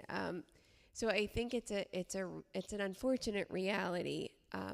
I think Deputy Tom I've never met anyone like him. He's incredible. He's amazing. But he's pulled in many directions, especially when we're looking at our secondary students. Bigger kids, bigger problems. He's constantly mitigating threat assessments and trying to support keeping our students safe and being preventative before something unknown comes onto our campus. And that becomes a full-time job, just managing almost the secondary component of this campus. So I see him trying to scramble and get to places, and I worry with the growing number of threats that I'm seeing and the use of technology in ways I don't think we could have ever imagined, that he's being utilized in ways he's not going to be able to manage that. So that's what I'm seeing in terms of the trends, and I just wanted to point that out. Thank you. Trustee Lynch? Did you have a hand up? Okay. Trustee Jerome? So he's dealing with cybersecurity threats. What does that mean? Is he getting on the computer and figuring out, or they're saying they're going to breach, or they're saying, I don't understand what that is. So we're getting some of the new trends in threats are swatting. So we could get phone calls or saying that we have people that have bombs and they're coming and and you have to act. You can't necessarily say, oh, I think they're just joking. Who's taking that risk? We have not had one of those. We have not. Let's be point really that out. clear. But that has not happened to us. That is a growing trend that is happening in districts within our county and in our state and across the nation. They're coming from all over the place. he's also dealing with threats on social media that may come up or things that people may have said. Even from other districts, he has to stop what he's doing and work with our teams to investigate that. Our cell phone policy certainly helps dampen or damper what that's going on, but it still exists. And things that happen after school that may impact the safety of our kids when they come into school the next day, he has to stop what he's doing, work with our team and assess that. And we take that very, very seriously. Trustee Lynch? I guess I just want to also say that,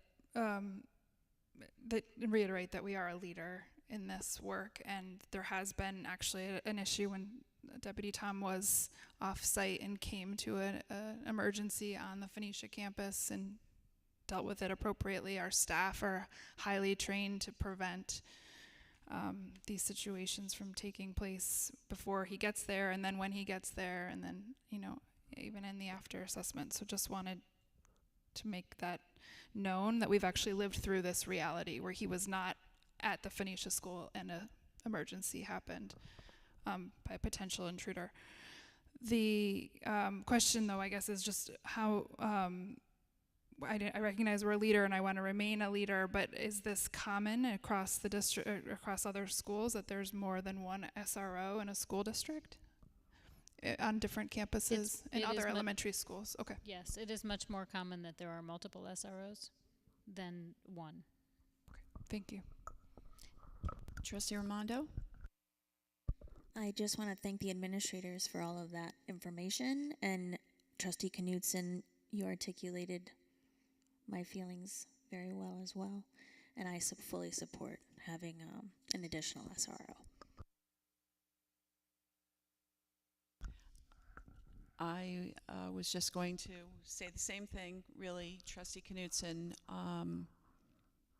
said it best, you know, for me. I totally support the addition of an additional SRO in the unknown climate and culture that we're entering into. Trustee Goodrich? Just want to say, I also fully support having an SRO at Woodstock. I don't know if we should vote on it today, maybe delay that till the next board meeting to allow the community to provide any feedback if they so choose. Hopefully the community would support this.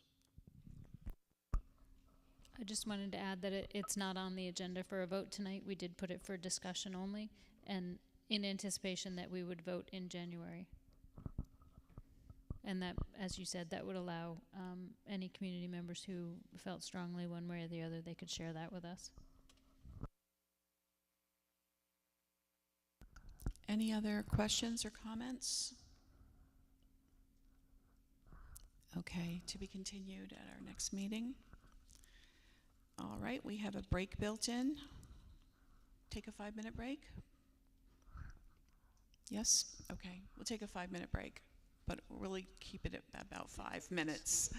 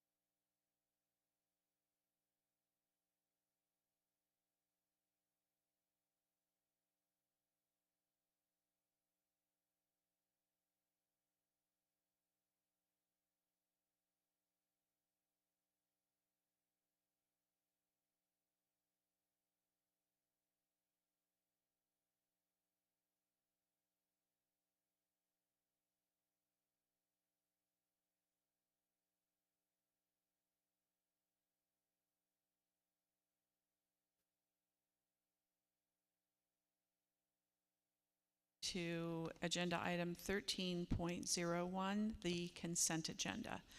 The board hereby approves items number 1302 through 13.16. May I have a first? Trustee Goodrich, second. Trustee Raimondo. Any questions or comments? Trustee Lynch? Yeah, thank you. Trustee Bishop, I wondered if I could make a motion to separate item 1309, the personnel agenda, from the consent agenda.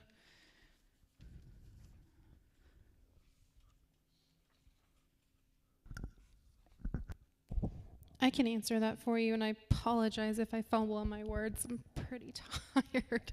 But if you want to move an item from to a specific time later on the agenda, what you'll need to say is, I move to postpone item number 1309, which is the personnel agenda, which I'm anticipating is what you would like to remove. Yes, thank you. I'd just like to move it, not remove it. Well, we'll move it to later in the meeting. So if you could please say, I move to postpone item number 1309 to after item 13.16. Okay, Trustee Bishop, I move to move item number 1309 later in the agenda to after 1316. And so now you'll need a second and a majority vote. Thank you, Amanda. May I have a second? Trustee Jerome? And we will vote.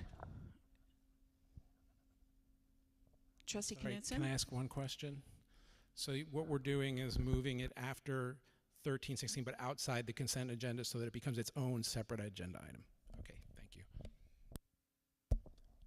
Any other questions? Trustee Knudsen? Aye. Trustee Jerome? Aye. Trustee Mitchell-Morel? Aye. Trustee Goodrich? Aye. Trustee Lynch? Aye. Trustee Raimondo? Aye. And so that is unanimous. Thank you. And Board Clerk? So now you'll vote on the consent agenda without item 13.09. All right, so we had a first and a second on the consent agenda. Do we need a first and second now that it's been amended? Did you want to do a roll call vote for consent first, and then we'll move on after? Do you want to finish that, and then we'll move on to the next? Sure, so we Okay. have a first and a second, and any comments about the consent agenda? I approve this 13.16, the special Schedule U. Great, thank you. All right, so we'll vote on the consent agenda. Trustee Knudsen? Aye. Trustee Jerome? Aye. Trustee Mitchell-Morel? Aye. Trustee Goodrich? Aye. Trustee Lynch? Aye. Trustee Raimondo? Aye. Thank you, that's unanimous. Thank you. Now we have to motion to take 1309 off of the table. So Trustee Bishop, if you could please say, I move to take the motion from the table, and then we'll second that and have a majority vote, and then you can vote on 13.09. I motion to take agenda item 13.09 off the table. May I have a second? Trustee Raimondo? And then we vote on that? So now you'll vote on 13.17. And that will be the personnel agenda, the new number. Okay. So the board hereby approves item number 13.17, the personnel agenda. Yep. May I have a first? Trustee Raimondo, may I have a second? Trustee Goodrich? Any questions or comments? Yes, I'm very confused. We are actually now approving item 1317? We're voting on it. We're voting on it. We're voting on the personnel agenda. Okay. But vote to approve it. And I don't understand why we separated it from the consent agenda, but A trustee requested that Okay, change to okay. be made. Okay.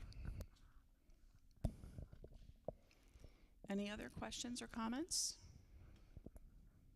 Okay, we'll vote. Trustee Knutson? Aye.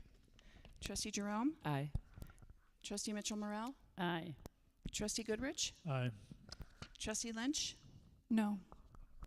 Trustee Ramondo? Aye. And I vote aye, so 6 aye, 1 no. And I'm going to find my place on the agenda real quick. And I apologize for going back, but I know that we've already done this, so we're gonna have to rewind just a minute. The board just has to vote to take that motion from the table. I know that we already voted on that, but just for the minutes, if you don't mind, just going back slightly. So what is my motion? To take the motion from the table, which Trustee Ramondo seconded, but we didn't have a majority vote on that. Oh. Or we can skip it. Can I just explain what she's Yes, trying please. to say? So the board voted to remove the personnel agenda from the consent agenda and set it at the end.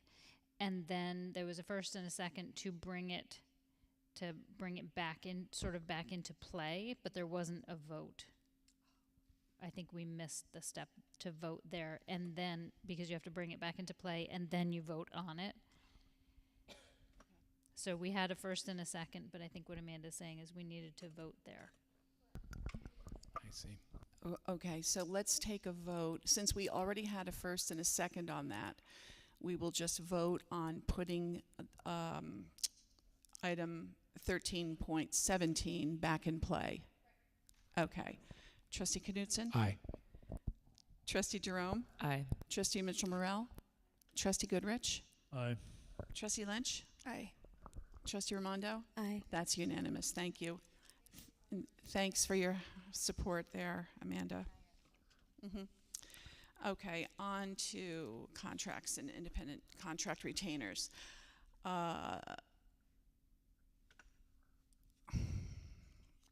So the board will approve all contracts and independent contract retainers proposed, and that is items 14.02 through 14.08. May I have a first? Trustee Goodrich, second. Trustee Mitchell-Morel. Any questions or comments? Trustee Knutson? Aye. Trustee Jerome? Aye. Trustee Mitchell-Morel? Aye. Trustee Goodrich? Aye. Trustee Lynch? Aye. Trustee Ramondo? Aye. That's unanimous, thank you. On to item number 15, policies. We have a second reading and adoption of policy 3310, school district records. The board hereby adopts policy 3310 as written. May I have a first? Trustee Ramondo, second. Trustee Mitchell-Morel. For the policies, is it okay if I switch to all in favor? Okay. Any questions or comments? All in favor? That's unanimous, thank you. Item 15.02, second reading and adoption of policy 7240, student records. The Board of Education hereby adopts policy 7240. I think I said it backwards the other time. As written. May I have a first? Trustee Jerome, second. Trustee Ramondo, any questions or comments? All in favor?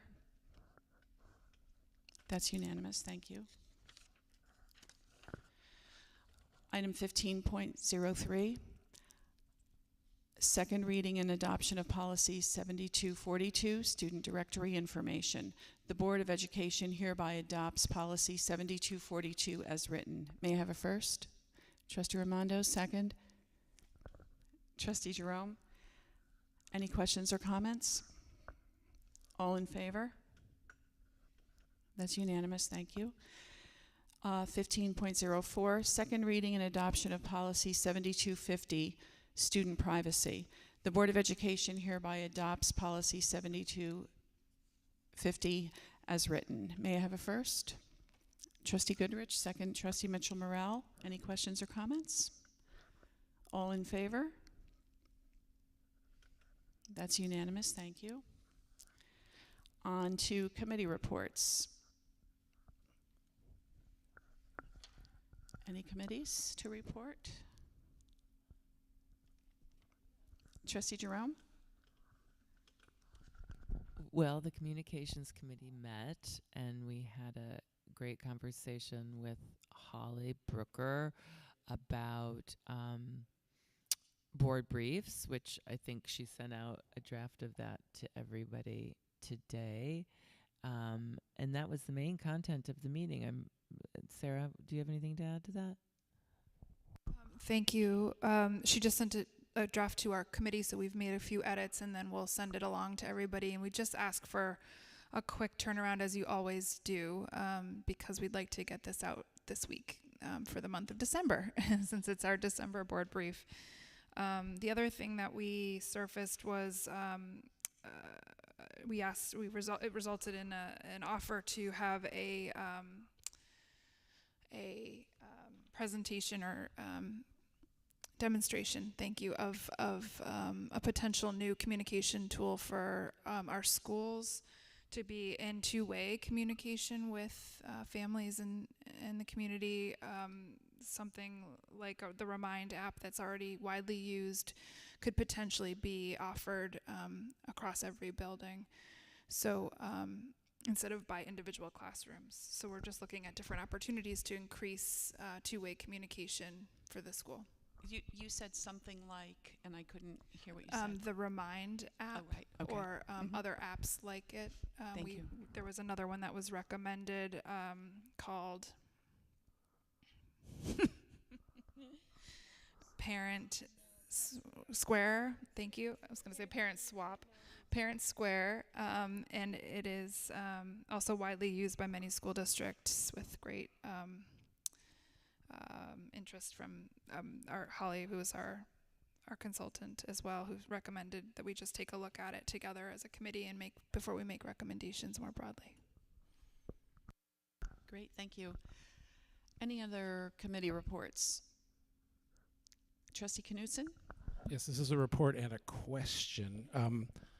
Facilities Committee met and we interviewed construction manager, potential construction manager firms, and what that would be the firm we would hire to represent us in overseeing any potential capital construction. They would be here every day supervising the contractors, that kind of thing. And what I referred to earlier was both of the firms that we interviewed indicated that they would help us with the pre-bond process, figuring out how to structure the propositions and also getting as accurate an estimate of the costs that we can possibly get, with the understanding that SED approval comes in the middle and a year passes or whatever. And my question is, were we not supposed to vote on that tonight? And I don't see it on the, no, okay. We decided we're going to have the AIA contract done first. They will be working with us before that as well, though. Okay. Because there is no cost for pre-referendum work. Well, that was the other thing I was going to mention. That neither firm was going to charge us anything before the for this pre-approval portion of the work. So. Thank you. Audit Committee?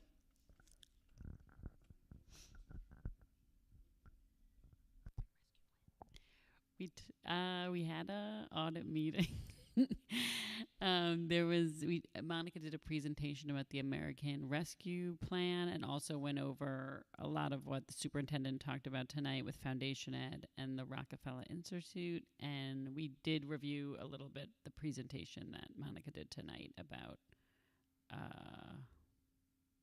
the bond and consolidation pricing. And we made plans to talk about the budget in our next meeting.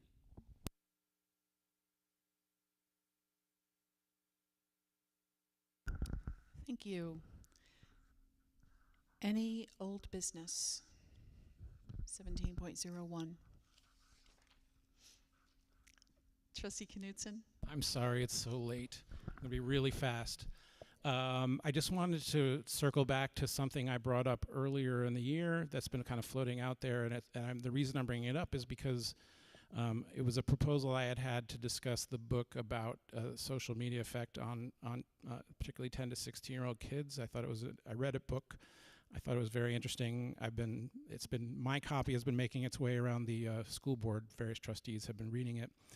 And then it came to our attention that a Red Hook School District on the other side of the river, through a grant from a educational support foundation they have over there, bought 200 copies of this book and are doing the book discussion that I had suggested that Ontiora do at some point this year for their families. I just wanted to circle back. It's not a very original idea. There's a lot of, I think this book is really out there in the culture, and a lot of parents of school-age children are finding it very interesting. But what I wanted to suggest is put off anything we do until like June, because our plate is so full between now and May. There's just really not room, I think. But I just wanted to put out there that I would be interested in seeing if there's an appetite to discuss this book in our like 3rd grade, 4th grade families, because I feel like they're the ones that are reaching a sort of a decision point about how they're going to deal with technology in their own families. And there's just pertinent information that I think, it's obviously a very personal decision, but I think there's very pertinent information in this book that parents of kids that age would be very interested in, and I would be very interested in participating in a discussion about this book, but probably not until the spring. So if anybody watched that meeting and was wondering what was up with that, I just wanted to circle back to that. Trustee Knutson, to what degree would you be involved with that in that book talk? So I used to volunteer as a book talk leader in there's an organization called Learning Leaders in New York City that runs a program called Book Talk, and I did book talks with 4th and 5th graders. So I would definitely feel comfortable facilitating a small group. I would love to this is maybe an RFI. I would love to see if anybody in our counseling staff would be interested in reading that book and just opining on it and maybe participating. I don't know if that maybe falls outside their professional responsibilities, but I was thinking of something just very informal, like passing out the book, just the way a book club usually works, and coming up with some discussion questions and just having an open discussion. The structure could be determined at that time. But I would definitely be willing to facilitate and maybe find other people who would, because if a lot of people are interested, you might need several smaller groups. Great, thank you. Gives a lot to think about. It's a great idea. Trustee Lynch?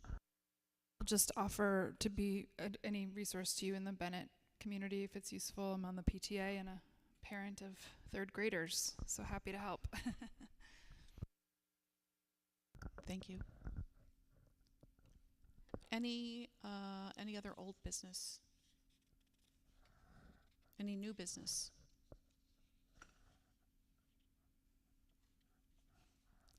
Any requests for information? Trustee Jerome? Do we have an AI policy?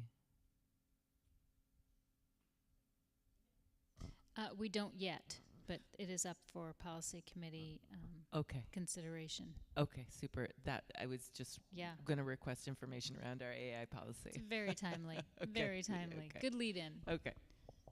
Thank you.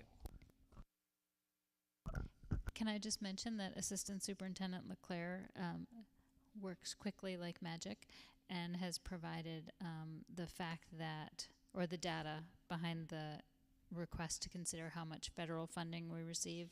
We currently receive approximately $1 million, which represents a little bit under 2% of our budget. I will bring that to the next meeting because it's spread across 5 different grants. So I'd like to present that with the intended purpose for each of those. Thank you. Thank you both.